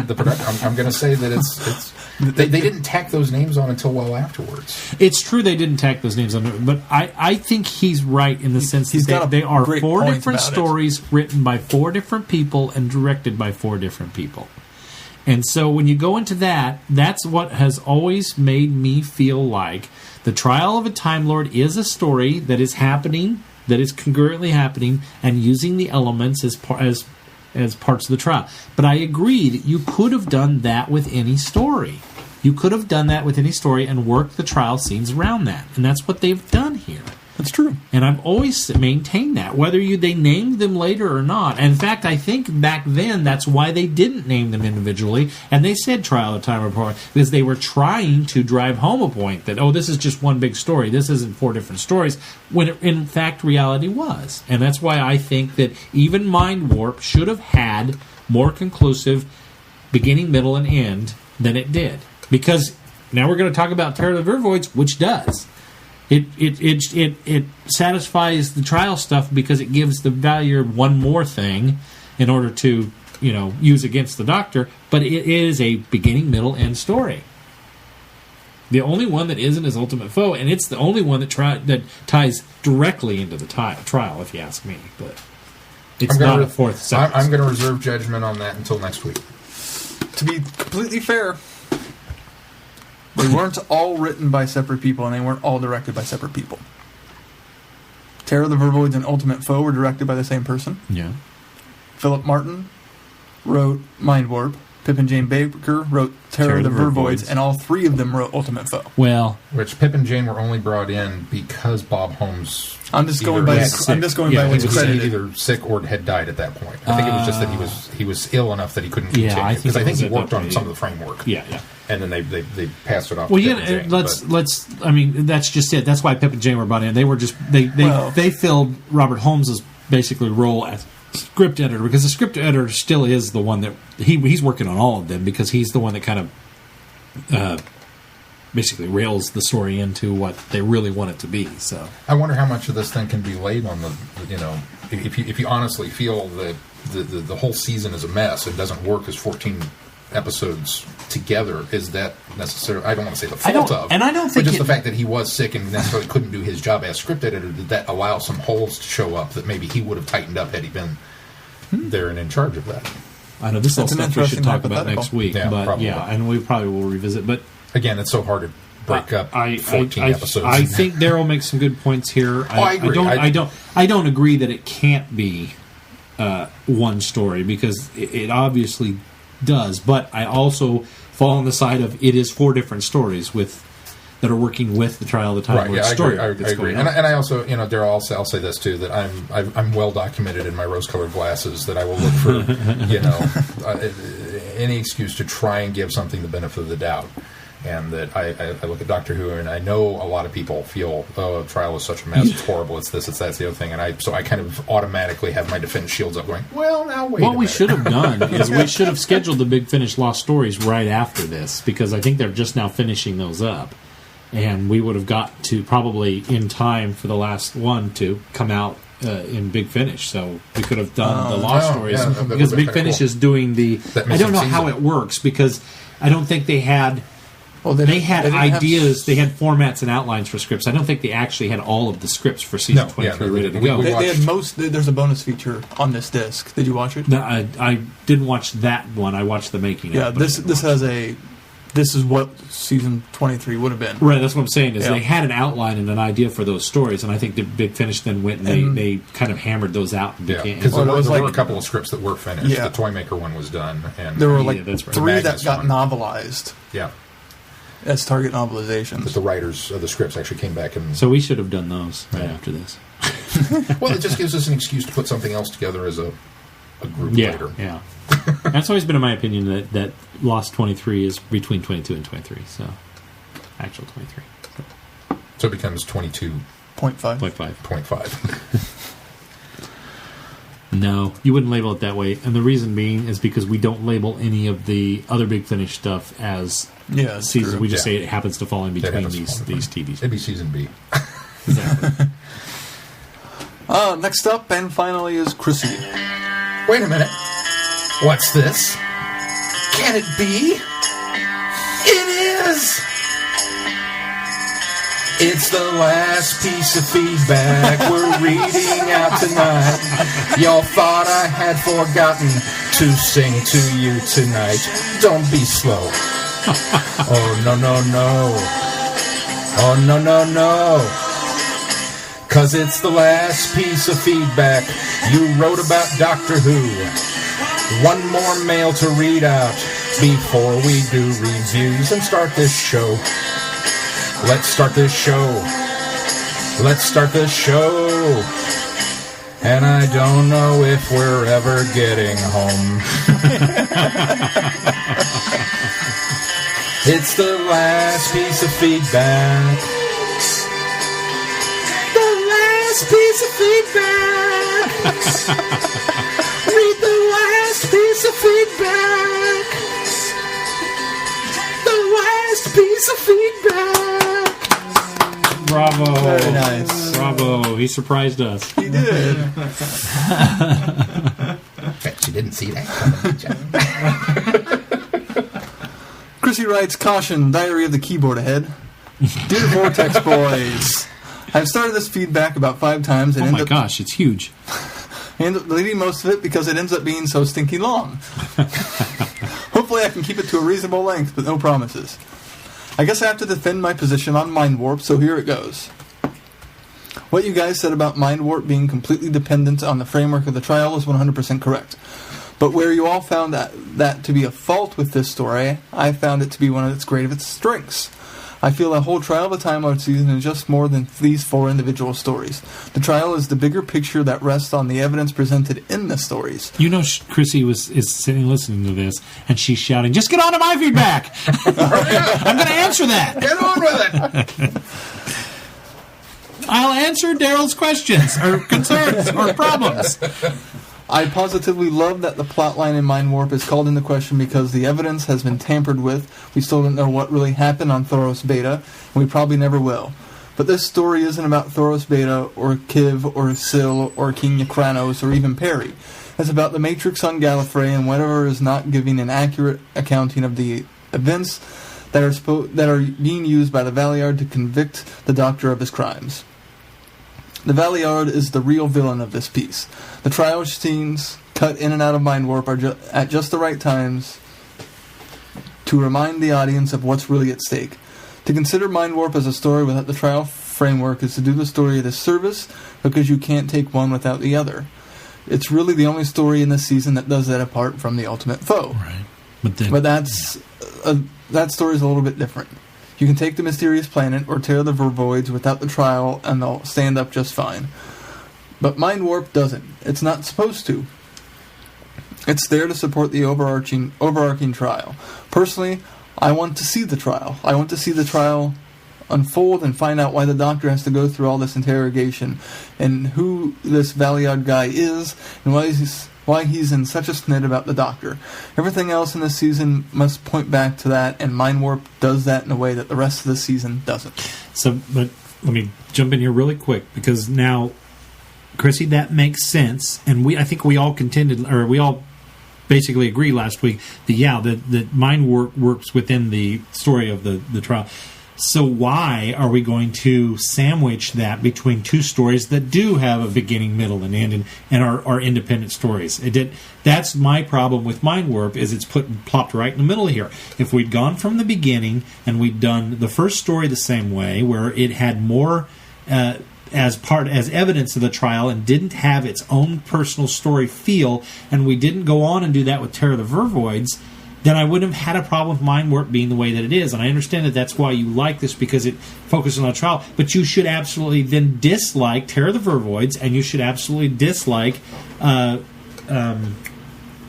first one, help me with the name, Mysterious Planet, yes. because of that reasoning, because of that argument. You should not like those stories on either side of it. So that's why I still have a problem with Mind Warp, because, yeah, if it had just been its own thing, it should have been just its own story, and they should have used it as evidence in trial, or they should have just tied it into trial and tied every story into trial in the same way, and it would have worked better for me.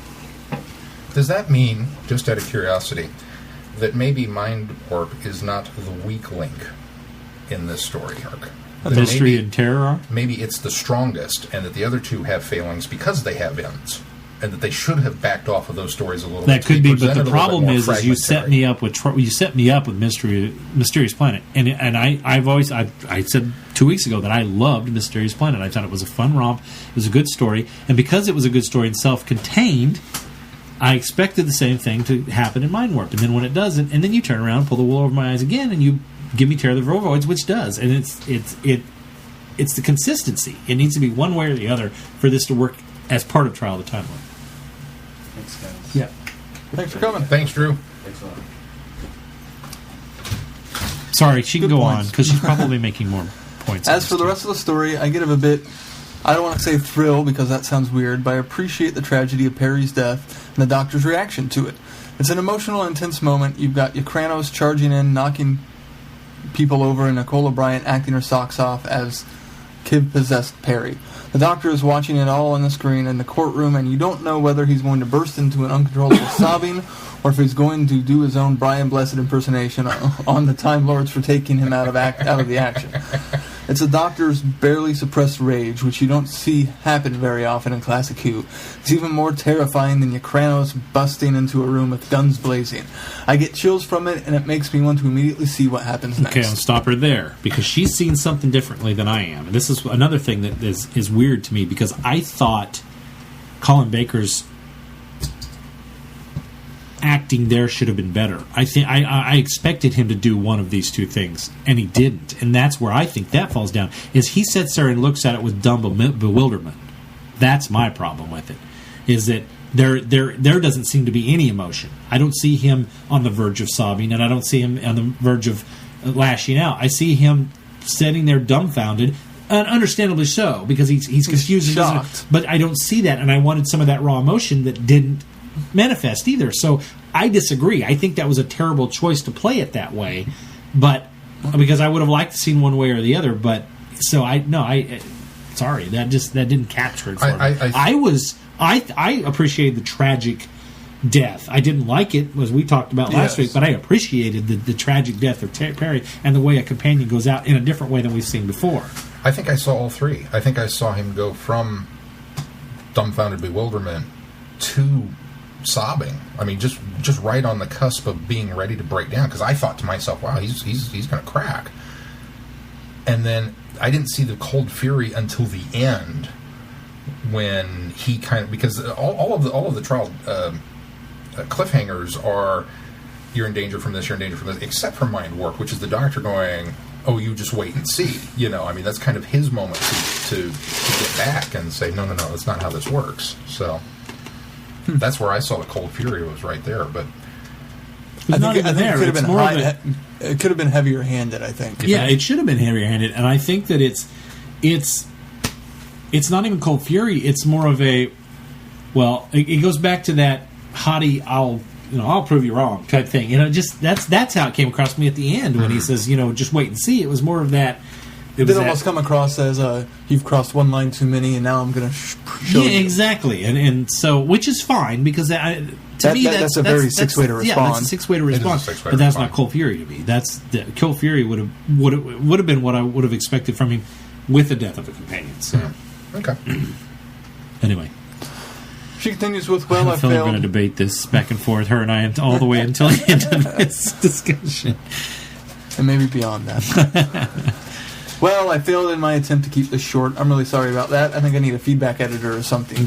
Anyway, moving on. Terror of the Androids. To be fair, anything that comes after Mind Warp is going to be a bit lackluster for me, so maybe I shouldn't be so hard on it.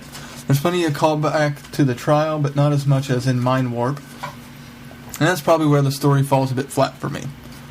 It's good enough story on its own, straightforward detective-type story, with fantastic sets and some pretty solid characters, even if I forgot who half of them were partway through episode 3. That's because we were discussing Full House. But it falls flat.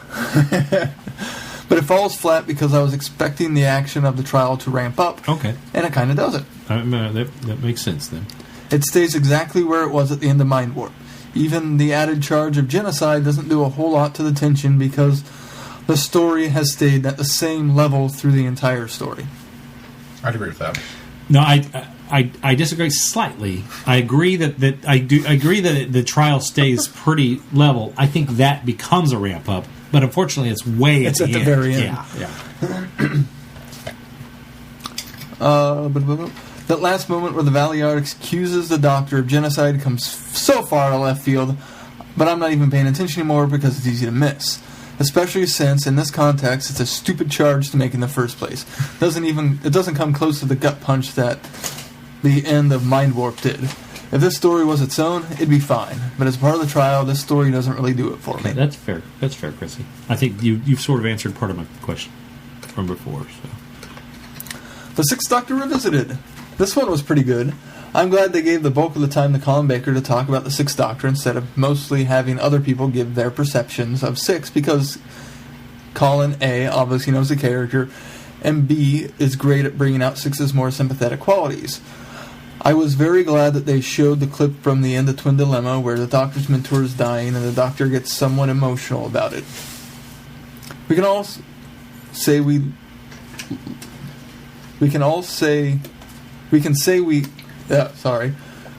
say all we like about Twin Dilemma, and let's be honest, a lot of what gets said is justified. But that scene is the one they got right. I would agree. I think that scene is what made me think that there is more to the Sixth Doctor than his loud coat and unpleasant nature, that I'm going to give old Sixie another chance. Given that he replaced the Fifth Doctor and I was still a little upset about Fivey's death, that is saying something. I think they brought out a lot of Six's good points, even though it annoyed me that they kept referring to him as the product of the 80's. Seriously, that whole the 1980s was this and the 1980s was that thing really got really old really fast. And with that, I will finish the final chapter of this novel. I'm really, really sorry I went so long, and send it off to the publisher, Chrissy. P.S. If you really wanted to talk to me about my thoughts on Mind Warp, does Sean still have my phone number from when we gave it to him at Galley? Seriously, I never do anything on Sunday nights. That's usually the perfect time to call and pick my brain. Maybe we should schedule her for the end of this whole thing and Skype her in here. Sean is checking to make sure he has a number now. Might have to Skype her in here on this. No, thank you, Chrissy. And I would agree, and we'll talk a little bit about this more later too. But the 80's thing, it always kind of I cringe when they talk about that anytime, because yes, I do have her number. Anytime that they, I didn't think of that. I think I still have her number because we were having to call around to each other at Galley to contact each other. But the thing about the 80's is the 80's is always a caricature of itself after you've gotten out of a decade. I mean, any decade is always a caricature of itself. You always point to certain things that, well, the 80's was this, the 80's was that, the 70's was this, the 70's was that. The 90's was this, the 90's was that's that. Just it. Well, the 90's is kind of bland. If you look at it, there's a hard... The 90's weren't anything. The grunge, people point at the grunge, the garage bands and that kind Nirvana of stuff. Nirvana was 90's. But here's the thing is, so when they do that, I always cringe because I lived most of my, well, not most of my life, but I lived through the entire 80's, and I remember it very well, and I don't remember a lot of the loudness that we put on it now, and of course, we lived in the Midwest, so we didn't have to. I mean, there were... We didn't get the loudness until the 90's. It was a colorful time. It was a colorful... It was a colorful time, but it was... I don't think that Six is a product of the 80's, in my opinion. I'll save my comment on that. Well, let's just go ahead and jump into the Revisited now. Okay.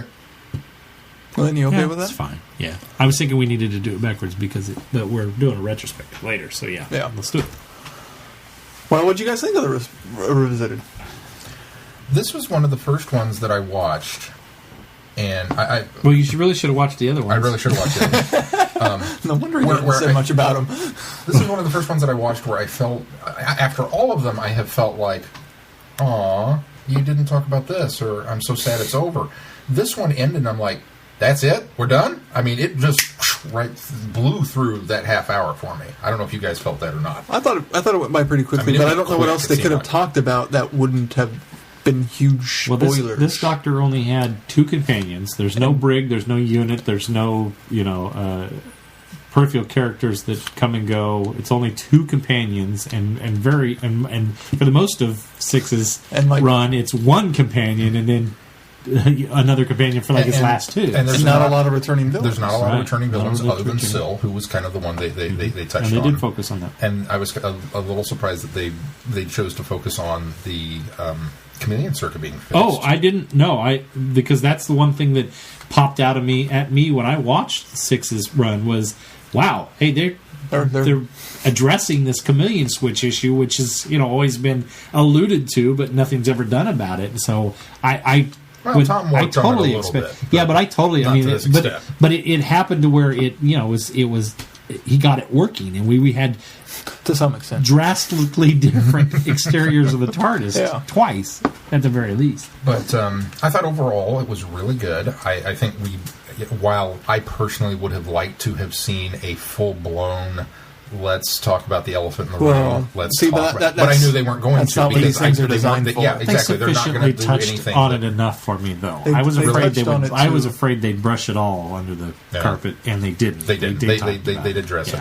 But I also think that's why the 80's featured so heavily. I honestly believe that was almost like everyone's scapegoat. Exactly, the scapegoat for we don't want to really talk about what's happening, so we're just going to blame the 80's. I honestly believe that's how they decided to structure this. Instead of talking about the fact that BBC was trying to get it off the air, instead of talking about John Nathan Turner may have been going insane at this point, instead of talking about the fact that this was happening, y'all were going to blame it on the 80's. The 80's, because we've got loud colors and big business and fitness craze. Yeah, let's do that. I honestly believe that's where they decided to go. I think those might have been elements. Not the fact that they were the 80's, but because those elements were in the stories. I think those might have been elements, but you're right. There was a lot more. I mean, it very much came across as he was a victim of his time more than anybody else. Well, I'm sorry. And that's not true. That's just not true. I was kind of surprised going into I was curious how they were going to handle it going into it, because so many people don't tend to have a lot of good things to say about his era.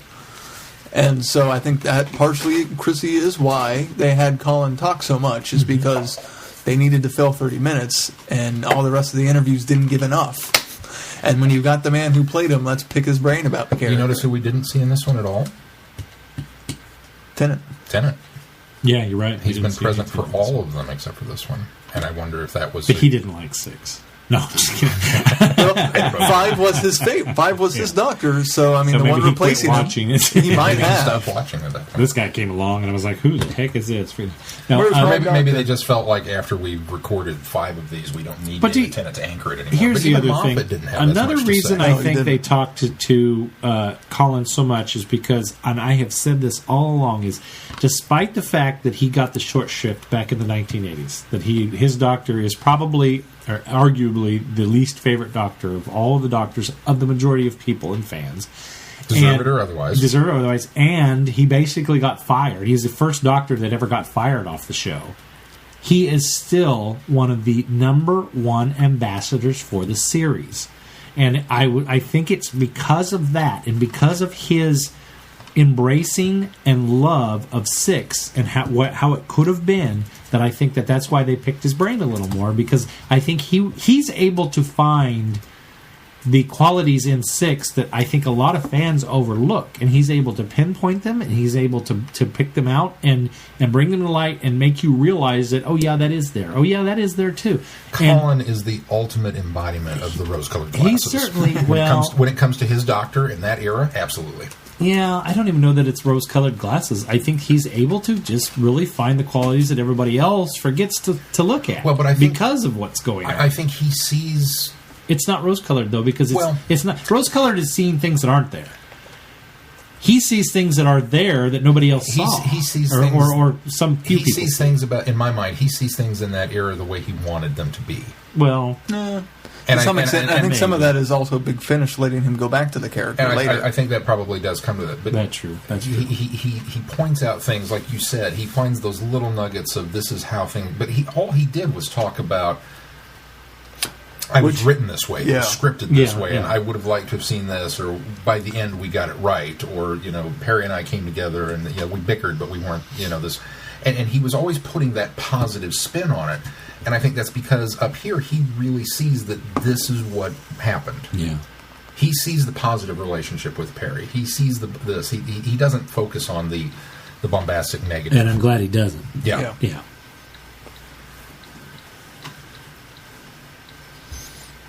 I don't know. I thought it was a very good special. Like I said, I personally wish that I would have really liked to have seen.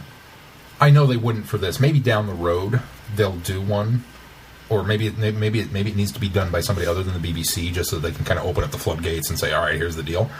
But I would like to see a no holds barred, unpainted presentation of, not necessarily biting the hand that feeds you, but a very much honest look at. Well, I think this, the BBC. I think the BBC could do it, because it's like Keith said, they didn't do that in this one because it's targeted to get exactly people watching, the people show on board, and then get people to buy these DVDs. Well, that's true. But I think that the flip side of that is I think the people that are in charge at the BBC aren't afraid to talk about that, because none of those people are there anymore. And I think the people at the BBC now are honest enough about it to say, yeah, these guys really were trying to put the kibosh on Doctor Who in the 80s, and they were doing everything they could to kill the series. So I think there is a more I think that they would be more willing to do it now, even in the BBC, than they would have 15 years ago when a lot of these people were still around. Maybe especially on the heels now that book has come out, The Life and Scandalous Times of J&T. That's true. Wouldn't surprise me if somebody tried to spearhead it. I don't know if the BBC would go out and seek somebody to go, hey, you used to do this. Somebody would have to approach them for it. Sure. Gaddis, I'm calling you out. I'm throwing down a gauntlet. This is the second. This is the second, An Adventure in Time and Space 2. Yeah. It would be fascinating to watch a docudrama about that. Yeah, certainly would. Who would you get to play Colin Baker? Colin Baker. Stephen Fry. No. Anton Yelchin. Even I would. No? No. I can totally see him do it, though. He doesn't have quite the face for it, but he has the hair. I know who could play Brian Blessed. No, but Brian Blessed has to come in and play King Ukrainos. Play himself. Anything else about the Revisited that we think we should talk about? Can't wait for the next one. That was good. All right. Terror of the Vervoids. The Doctor is on trial for his life. Plucked out of time and space by the Time Lords, he is charged with transgressing the first law of time. He must defend himself against a prosecution led by the sinister Valiak. And a desperate... It's the same on all of them, apparently. Oh. That first paragraph's always the same. Oh. I just now noticed that. 3 weeks in. 3 weeks in. Hush it, you. Maybe we could skip that on the next one. Yeah, I think I will. Unless it's different. Watch, it's going to be different. It'll be different next week. You'll just finish the synopsis. In a desperate bid to clear his name, the Doctor presents his defense to the charges laid against him. In the year 2986, the Starliner Hyperion 3 makes its way to Earth, but all is not well. The Doctor and Mel arrive in response to a distress call, though not in time to prevent a murder. And this will not be the only death. Someone aboard will kill again, and again to protect the secrets. And again. And while the murderer closes in above decks, the hydroponic center in the hydroponic center, a terrifying new breed of creature is about to awaken.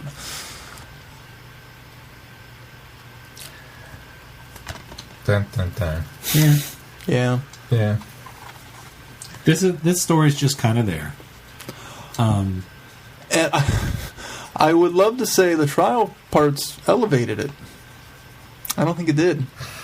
No, I because don't think I didn't really care about the trial. Going back during to what this. Chrissy said is the trial at this point is just kind of flat. Yeah, and the trial doesn't get my attention until they go to the genocide angle, and then I'm like, oh, There's where it ramps up. I mean, there was a bit of interest in the beginning of them grasping with the fact that this is the future.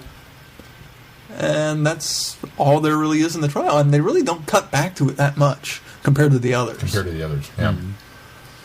And this one feels the most complete of any of the stories. This, to me, Terror of the Riverwoods is a more complete episodic Who story that didn't need the trial framework, as opposed to Mysterious Planet or Mind Warp. But I think that's the problem with it, is that it could have been part of season. Could have been any season. It could have been any season, anything, anywhere, and just it's on its own little adventure. And it's a very formulaic, very standard Doctor Who story. We arrive on the ship. There's already a dead body. We're tangled up in this, and honestly, I found it kind of a lackluster standard Doctor Who story. Yeah, there wasn't any characters I grasped onto to like. Oh, hot coffee chick. The guard, the security guard, was about the only one, and then he turned tails at near the end, and it's like, I was kind of rooting for you, dude. Now I don't. Now I just really don't care anymore. I was trying to decide for Honor Blackman, who played Dr. Lansky. Lansky seems right. I wavered on her because, well, first of all, it's Honor Blackman, so it's like, oh, cool, you got Pussy Galore in this. He was a Bond girl. You got this. But is she a good girl in this one? And they really kept me guessing through the whole story, because there were things that she did as like, oh, but then she would come back around and go, oh, and then she'd come back to, oh. I think her reading Murder on the Orient Express was a intentional placement, because there are a few elements of murder on here, and the fact that you continually don't know who the killer is, and that's throughout the entire story. It was mentioned in one of the special features that it very much was written to be an Agatha Christie style murder mystery. And it really is. And it is. They nailed that. Yeah. But we've established Glenn doesn't like Agatha Christie murder mystery stories. No, I love Agatha Christie murder mystery stories. Just when they're giant wasps caricatures of in Doctor Who. Do you think the plants were caricatures? They were. See, this one's more subdued. That's the thing. No, it's not but it has caricaturized. anthropomorphized creatures. No, That's a humanized plant. But it's a plant. It is a plant. They were poorly done caricatures of the crinoid. Plants. Well, they sort of, They sort of were, The whole time I was like, oh, it's a crinoid pod. It's a crinoid pod. The first time I saw this, I was so excited that the crinoid was coming back. And how come the doctor didn't recognize this? Oh, maybe they've mutated. Oh, that'd be sweet. It wasn't a crinoid. And you know why it wasn't a crinoid? Because if he had said, I exterminated all of the crinoid, the Time Lords would have gone, good. We've been through that. That was a nightmare. You know what's good about this? The doctor. Yeah. He is the most enjoyable part of it. This is the doctor that I wish. This is the doctor that I wish we'd have seen. This to me is audio doctor. This is Big Finish doctor. This is all of the things that we love about the doctor in the Big Finish audios. This is it. This is Colin finally getting to do the doctor, I think, the way he wanted to do the doctor. It's almost too little too late at this point. It is. So sad. That's the problem. This story also, even though I'm not a fan of a lot of the Seventh Doctor stories, this feels a lot more like a Seventh Doctor story to me, going back in retrospective. It's a lot more. It's light on the humor, but it has the very dark elements to it. It's a lot more colorful. It's got, well, and Mel does a lot for it, lending it to that. But they have the same relationship. The Doctor and Mel have the same relationship that I felt that McCoy and Bonnie Langsford had as Seven and Mel in his stories as well. So I think those are the elements that make it feel very Seventh Doctor as far as the story goes. But the Doctor was wonderful. The Doctor is wonderful. He was Paul wonderful. Baker is fantastic. And yeah.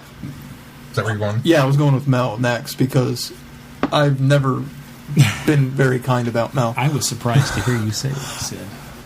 Once we got to the ship, the introduction was kind of grating, and aside from the screaming, I really liked her character. She was go get 'em. She was. I think you said she was enjoyable. She was enjoyable in this one. She had great chemistry with the Doctor after they got off the TARDIS. Well, they even had good chemistry in the forced introduction. It was just too over the top for my taste. But then I felt her character wasn't as over the top as she continued throughout the story. And she does a lot of things that make sense for her character to do. And the chemistry with Colin was so good that it made me reconsider my stance on Mel. And as Chrissy tweeted, maybe that's because 6 is who Mel is supposed to be with instead of 7. Mm-hmm. Yeah, I think you're right. That's a good point. And of course, I've only seen the 1-7 story. No, the 2. You've seen 2. Delta and the Bannerman. Yeah, which I didn't like Delta and the Bannerman. Time of the Ronnie. And she has kind of a smaller role in Time of the Ronnie, from what I remember. Because, at least with the Doctor. Yeah, when she's off on her own. Because she's off on her own. Oh, God, I gotcha. Yeah, it's the not a small role at all. The 2 of them, you don't have the 2 of them together. It's the Ronnie kind of Mel. That's true. Because 7's kind of out of it there for a while while Mel's doing that's a what lot I of meant, stuff. the fact that you don't have them interacting as much. Was there only 3? Was there only 3 with her in 7? Well, we haven't done Paradise Towers yet, which is her. We haven't done Paradise Towers. We haven't done wait a minute, Paradise isn't. No, you're right. Paradise is Ace. Dragonfire is. It's Time of the Ronnie. What's the second one? There's another Mel story, isn't there? I thought there was one more in there. Heading to the Wikipedia. If not, she really got a short run, didn't she? I can't think of anything else, though. Time of the Ronnie, Delta and the Bannerman. Surely there's another one in there. Is it Paradise Towers? It is Mel? It's between Time and the Ronnie and Delta and the Bannerman. Okay, then it is Paradise Towers and then Dragonfire. So Okay, she's in 4. She's a full season. Sylvester stories, yeah. So she got 2 full seasons. Well, not 2 full. No. 6. Got a season and a half, technically. Yeah, season and a half. But longer than Joe got. It's funny that. What? Not Joe. I'm sorry. Elizabeth. Yes, Liz. Liz is longer than Liz. You knew who I meant. Yeah. It's funny that a lot of fandom does not like Mel. I don't know. And again, I've never had a problem with her. But maybe that's because I was introduced to her in the 7 Doctor stories first. Because I saw Time in the Ronnie before I ever came back and saw the end of Trial of the Time Lord, found out where this woman came from. Or didn't find out where this woman or rather didn't find out where she came from. But I like Mel. Now, yes, she's portrayed as... Or everybody's opinion of her is, she's the screamer.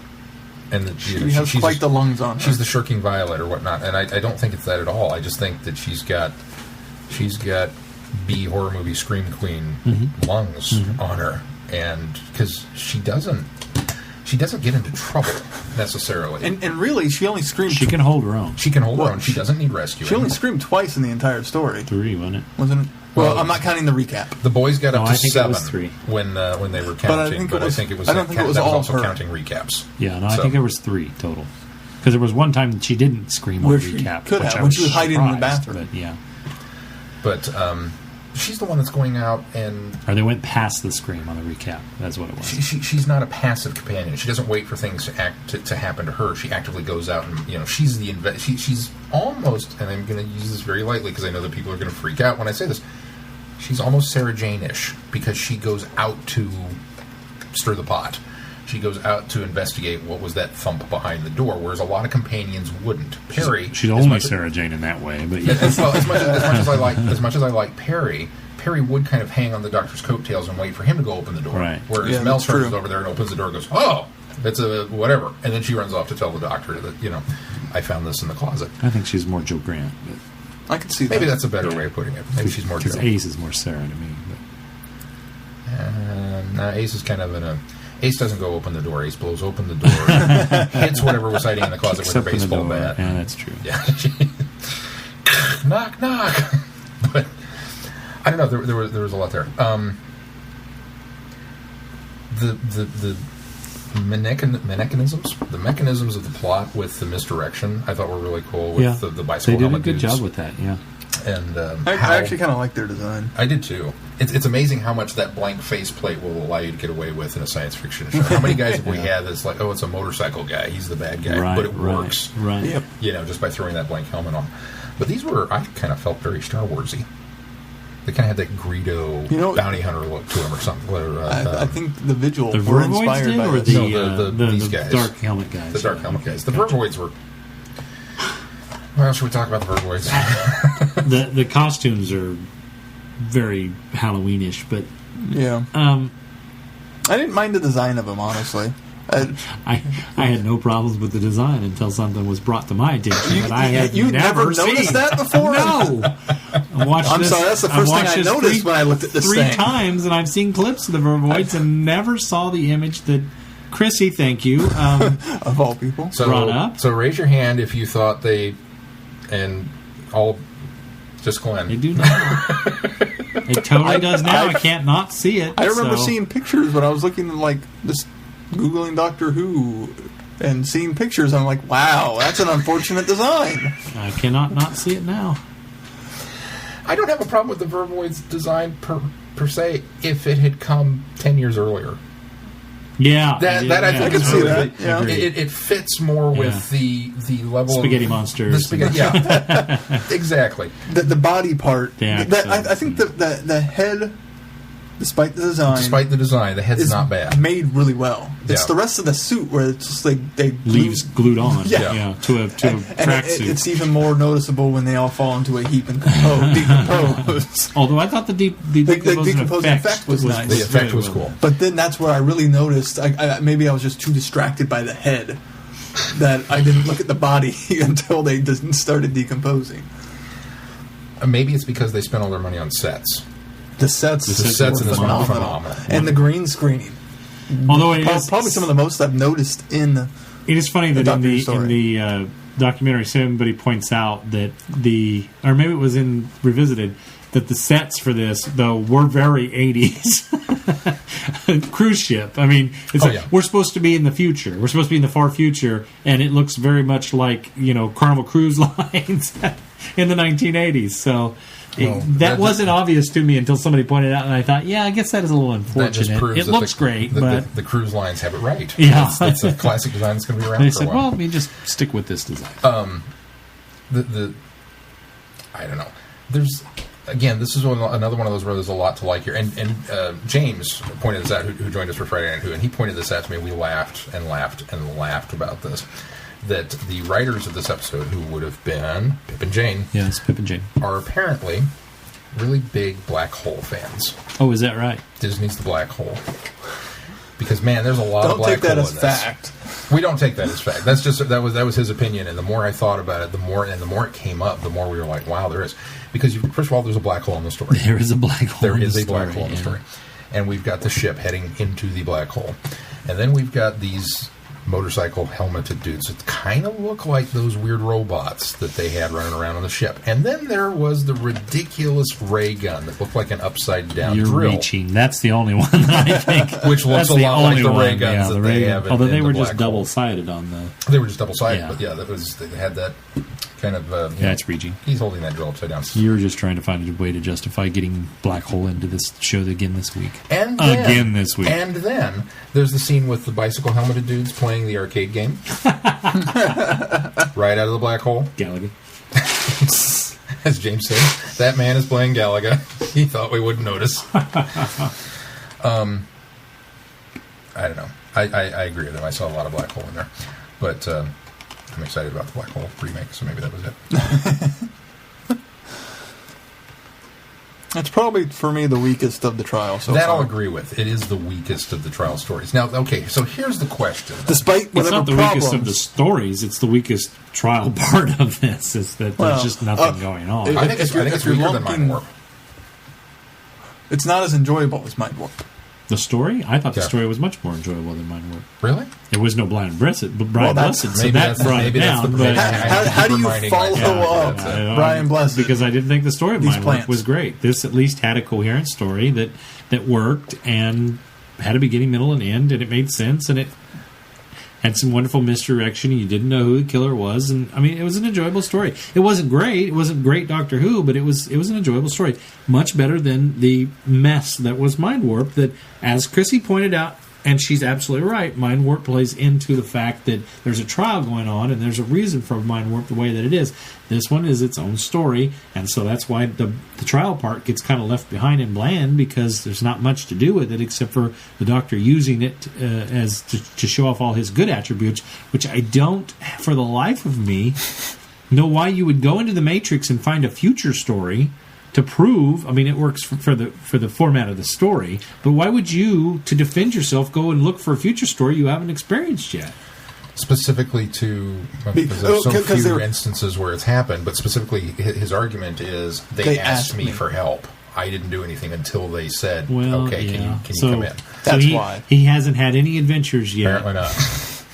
Not to mention that, now I know why they're doing this, but he's had 5 generations worth of adventures that he could have borrowed from, but we're stuck in the 6th Doctor. That honestly, I wondered about that. It was like, could you have gone and pulled a David Tennant story, a 10 story, and said, look, here's an instance where, I got the psychic paper right off the bat. They called me for help. And I don't think it would have worked, aside from the fact that it hasn't happened yet. Right. In real life. In real life. But the 6th Doctor's persona would not allow that. Yeah, he will look into his own future. I guess that's true. He would not go any further because there's absolutely nothing of consequence that happens after I'm gone. That's just, Yeah, so I was okay. Or before I came about. Yeah, exactly. And I kind of thought of that now. Well, yeah, because when he starts, you haven't seen this yet, but when he starts his regeneration, he already has that arrogance of, at the end of Caves when he says, change, my dear, and not a moment too soon. Well, and they covered that in Revisited when he says, I was never fond of the what's the line? Because they've actually used that in real life to describe Peter Davison, the foppish. I'm not going to remember it now. I can't remember either, but I know whatever line he uses there. So now here's the question: could you flip? Could Terror of the Vervoids come as the middle piece of the story for the trial? Could we go into the past and look at Mysterious Planet? Go into Terror of the Vervoids, and he says, well, I'm going to pull something from my future to help defend myself. And then the damning piece of evidence, despite the fact that we get the genocide, that's the escalation of that trial. But the real damning piece of evidence that Valliere pulls out is, this is what's happening to you currently. And the death of Perry. That probably would have been better. Does that fix that?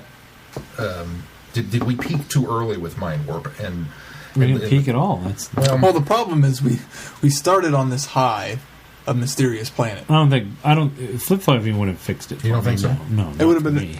Would it fix more of the trial parts? Because because of your thoughts that Mind Warp is not a complete story because it relies so heavily on the trial.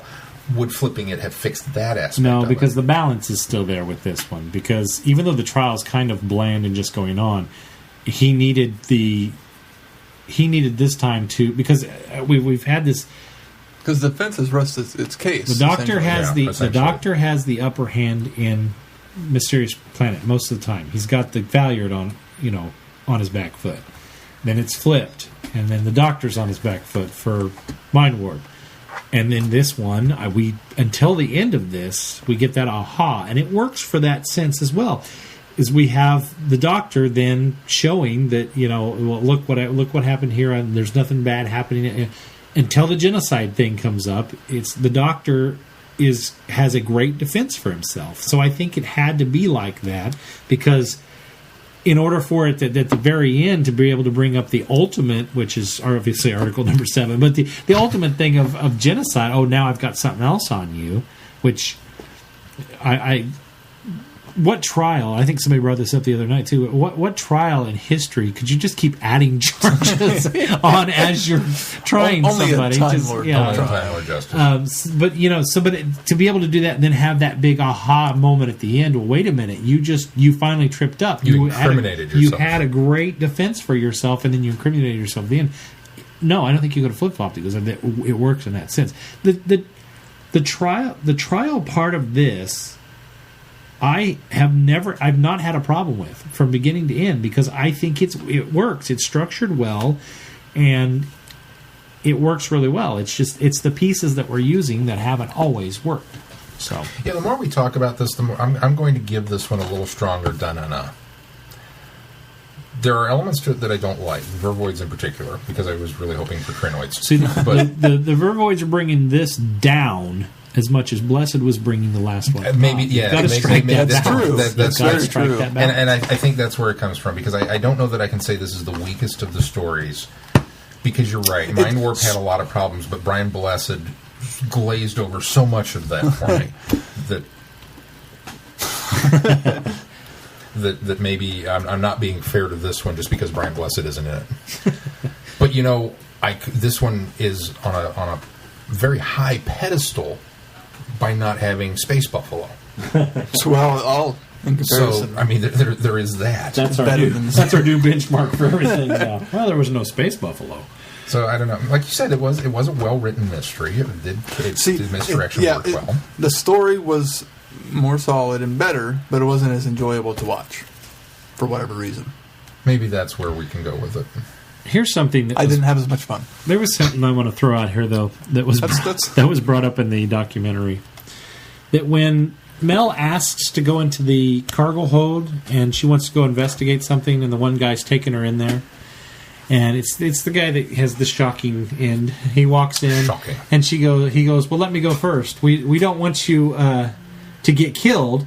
Well, at least not until... And then he touches the thing and gets shocked. And I didn't realize until watching this documentary that he says, well, not until what? When did you want Mel to be dead? And why do you say that? Was he going to kill her? Well, that's what maybe you he was wonder. going to feed her to the Is that Vervoids. another of He those? was very Is that willing another to of those take her misdirection lines? But why would you have a character to say that if he's not the bad guy? You know what I mean? I completely glossed that over until I watched the documentary and I went, yeah, why did he say at least not until? I mean, it was. He could have been making a joke and setting it up. At least not until you've paid your bill. Yeah, exactly. It could have been at least not until you've sampled the fondue. But by ending it that way, it's like, not until what? Were you actually going to kill Mel? Anyway, nobody noticed that, huh? Good, I'm not the only one. I didn't notice that at all. Perhaps he was in on the plan because he was very willing to take her in there. Yeah, maybe Like I said, I spent a lot of time looking at backgrounds. I was very impressed with not only the sets, but the Starfield. The fact that, yes, it was on a repeating loop. Oh, this but Starfield how looked often do we nice. see Starfields move in Doctor Who? I didn't think the Not black very hole often. looked as nice, but the Starfield. The Starfield looked really nice. It wasn't Disney's The Black No, Hole. it was a blob. Just kind of blob of moving. You know what that looks like? That kind of looks like the opening of Seven. His galaxy thing. That's kind of what that looks like. You know what I did like a lot was the Commodore. I would like to see the first meeting of them, which never That would happened be on interesting. screen. Yeah, Apparently they it's went novelized. Yeah. It's not, with Evelyn. Well, it's not even novelized. I think it's not necessarily the meeting. They said I think a novel has he's been in another novel, but it's not even the meeting. It's alluded to and it's explained a little more how they met, but I don't think it's their actual first meeting. The way it was reading worded on Wiki, it was just that he supposedly met the Doctor while the Doctor was traveling with Evelyn, which we don't know if that's the story in that book or not. Right, exactly. At least not yet. I got to touch on the exercise room and how how 80s the gym was in comparison. I mean, if you want to complain about something, I don't complain about the look of the spaceship, but man, that gym equipment was just straight out there. And I think that bothered me in the intro because I was late because I had to work that night, so I didn't get off until just into this thing. So I kind of missed the Dr. and Mel intro with the characters and everything. So I went back and watched it, and he's riding that exercise bike, and it's done for comedic effect, but that really bothered me that he had that exercise bike. And it's like, I don't know why. If it had been like... Well, when is Mel from? What era is she from? I'm going to say 80s as well because of the pastel colors of her clothes. So is it easier to accept if she brought the bike? Yeah. Suddenly it is. You fixed it. That was kind of always my impression. Until I see the same bikes on the ship. And then I went, oh. Maybe she's actually from the 29th century. Or the spaceship was built in the 80s. I just... Oh. You fixed that. We went and got all our gym equipment at Discounts R Us. Stuff from the 80s. You should see the recreation decks. Actually, that's the name of the store. Stuff from the 80s. Around the corner, Cafe 80s. Guy named Griff, just say no. But just, I don't know, if the Doctor had been riding this weird futuristic bicycle, it would have been ridiculous because it would have tried to look like a futuristic stationary bike, and you'd have been going, well, shouldn't that be anti-grav, or isn't there a pill for that, or something? Exactly. But the idea of him doing this whole bit on, like, an old wooden rickety, like, that he had to haul this up from stores, that idea appeals to me. I don't know why. But just the idea that even though we're sitting in this futuristic TARDIS console room with all the white roundels and the silver and everything like that, At least the bike was white. on an 80s bike for some reason bothers me. I don't know why that had such a thing. But then the gym, like you said, was exactly the same stuff. And I tweeted this, but I thought it was funny too that Dr. Lasky, what does she do? Honor Blackman's character. What exactly is her? She was a scientist. She's a mad scientist, apparently. When did she find time to be a mad scientist? Because she had already done all her work. She read her book, and she worked out in the gym like every 20 minutes. Right. So when was she doing the science stuff? That's what happens when you're the lead. Yeah. You get the you get everyone else to do it, and you take the credit. Solomon didn't do that. He had... Solomon didn't enjoy reading. We don't know. He probably had a very nice library in the castle on Karn. And We didn't see his wasn't worried about his downtime. Maybe waistline. that's what it is. We never saw his downtime. He didn't care about his waistline. Didn't care about his waistline at all. He was more dedicated to his science. See, that's a failing on her. But if you're going to be a mad scientist, you have to commit to it. There is no leisure time in She the mad wanted to be an scientist ranks. attractive, good-looking, healthy mad scientist. She wanted to I thought she was still good looking. distract from the fact that she is a mad scientist. She's trying to be pretty. That way you don't see the mad part. She's doing a good job disguising the mad. It's like, I've been watching How I Met Your Mother. It's like the crazy scale. The assistant, way crazier than she was. But that leads me to the whole... Well, now, wait a minute. Who's actually running this experiment here? This is part of that misdirection you've been leading me on about. I don't know. I just thought it was funny that every time we turned around, she was in the gym or she was in the rec room with that book. Just... She's in one of these two locations. Go find her. She's not in the lab doing any real work. I don't know. I thought it was funny. Anything else? Sean, what do we got coming up on the schedule? Well, next week we are finishing Trial of a Time Lord with episodes 13 and 14, The Ultimate Foe, for Friday Night Who. So it'll be a little bit lighter of a week because there's only 2 episodes to watch. And then next week on the show, which is 135, we will be talking about the Ultimate Foe and the complete epic that is Trial of a Time Lord. We'll finally be able to kind of put to rest some of these arguments we've been stringing ourselves along with for the last month and decide whether or not it works as a story overall or not. And there's one last reveal that so far we've managed to theoretically keep from Keith, and he'll come out next week and go, I knew that. And we'll be like, oh. Is this about the Valiant? No. Oh. It's about Perry. You know the Valiard part. I don't Well. think you know another part. Maybe. I know what people say about the Valiant. That's all I'm going with. Lies. Till I see it, I don't know if And we'll be discussing Believe the Sixth Doctor era. This is our retrospective discussion on the Sixth Doctor era next week as well, which means there is still time for you to vote in the Facebook poll. Did you find it? It's there. It is there. It was unpinned. I don't know if you did that or Facebook did that. I didn't. This also means that it is your final opportunity to vote in an online poll that we've pasted through Facebook, because Facebook has apparently decided that as a page, we don't warrant the being able of asking questions. Oh, so they have taken away the ability. Yes. because And normal that's why they people invented it. ask questions as polls on Facebook all the time. Yeah. If we were a group, we could do it. As a page, we cannot. I see. Lame. In order to be a group, we have to. Oh no. Oh, I could set up a group Yeah. page for Traveling the Vortex, but that's one more piece of social Yeah. media I'm not willing to devote time to. So Exactly. it would be like Google Plus. We'll just have to start posting questions there. I don't know. Do they have polls on Google? Do it. Sure they do. It's frustrating. Maybe there's a way. I probably have to sign up for another app and allow it access, and then I don't know. Yeah. I'll let it post on your behalf. At this point, we'll figure something out. But so yes, go and vote in the poll, and if we need to, we'll repin it to the top of the page again, so you still Well, have let's the put opportunity. we'll move the poll to the website because we can do that on there. That's your homework assignment for this week.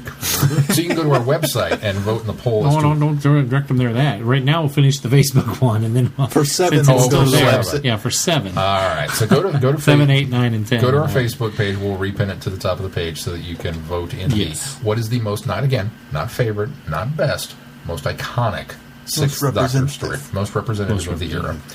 And we'll be discussing that and Colin and some other fun things next week on that, and then we'll start 7th Doctor next week or the following. Homework Actually, assignment. we're stepping away. We're going to do, if I remember correctly, we're going to revisit the Divergent universe with 8. Yes, well, that's the actual. And we're that's going the homework to assignment I was getting ready to come up with. We're finding out who that week is. 11th Doctor. Doctor's wife. Doctor's wife. So, but we're doing that. eventually, so we'll get to 7. Yes. well, I mean, it's kicks off 7, even though there's no 7 in it. Okay. It makes Okay. perfect. It makes sense in my head. Okay. It's August means 7. Right. And yes, I had forgotten with all of the knees bent running about to do the rest of the homework, so I will get that posted for you. So the schedule will be up For the rest of the schedule, so that you know what to buy. Also, one other piece of housekeeping. As the show last week degenerated and got very silly with our Brian Blessed Love Fest, we said that we should probably host a Flash Gordon tweet-along as we do with Friday Night Who. And I posted I was going to post a question on Facebook and say, when would this work for you guys? When would you like to do it? And I can't do that. So I'm asking you now if you would be interested in doing that or not. And if so, let us know when. Just you can include it in your next bit of feedback or whatnot. I think for the most part we can agree that weekends in the evenings would probably work best for us. Yes? Unless we did a late nights during the week. Yeah, I certainly have no problem doing a late night during the week. I don't know how everybody else feels Yeah, it about might that. be but rough on some of our listeners Like that might have midnights. 9 to 5s. Yeah. The ones that already are having trouble with Friday Night Who schedules. And Yeah, that's we even can on a do Friday. An evening. I'd love to be able to do it at a time when people in the UK were awake. Maybe we get Brian Blessed on. Maybe we should try. Well, maybe we should do a Saturday afternoon. I could probably swing a Saturday afternoon. Sure. As long as I know about it in advance. Sarah me won't be too. able to join in, but I can make her watch it again. Oh, well, I want Sarah to be there since she's not seen it. Although, I don't know, maybe she needs to Not- not have the not- distraction. not she, for doesn't the want, tweet she doesn't want to tweet. You need and I you know, need to be then- able to, I wonder how many of our you need to listeners be able haven't to ever not seen be it. divided attention Yes. so you can answer any questions she asks. This is awesome, just because. that's the only question. Anyway, so send us some message and let us know. And you can do that through Facebook, Gmail, Google+, our website, Twitter, our Google voicemail number, Tumblr, the mail. Go out, Snail mail. go outside and shout it from the rooftops. Maybe the Twilight Bark will I don't give think it we've to us. ever put our address, our snail mail address out there. So. All right. Call Chrissy. She's got my number. Send the telegraph. Hey, speaking of, you have my phone number as well. So why are you putting all this on me? Why is it my responsibility to call you? Why don't you just call me and say, "I know you're recording tonight. Answer, and I'll talk." She's trying not to She's not trying to force her forcefully way onto the podcast. Oh, invite herself onto the show. Little Miss Meek and Mild, who I don't know if I can talk on the radio. And then, yeah, that was all. All right. Well, if that's going to do it for this week, until next week, I'm Glenn. I'm Sean. I'm Keith. Cheers. Good night, everybody. Be seeing you. You have been listening to Traveling the Vortex. Doctor Who and all of its associated programs are owned and trademarked by the BBC. No infringement is intended or implied.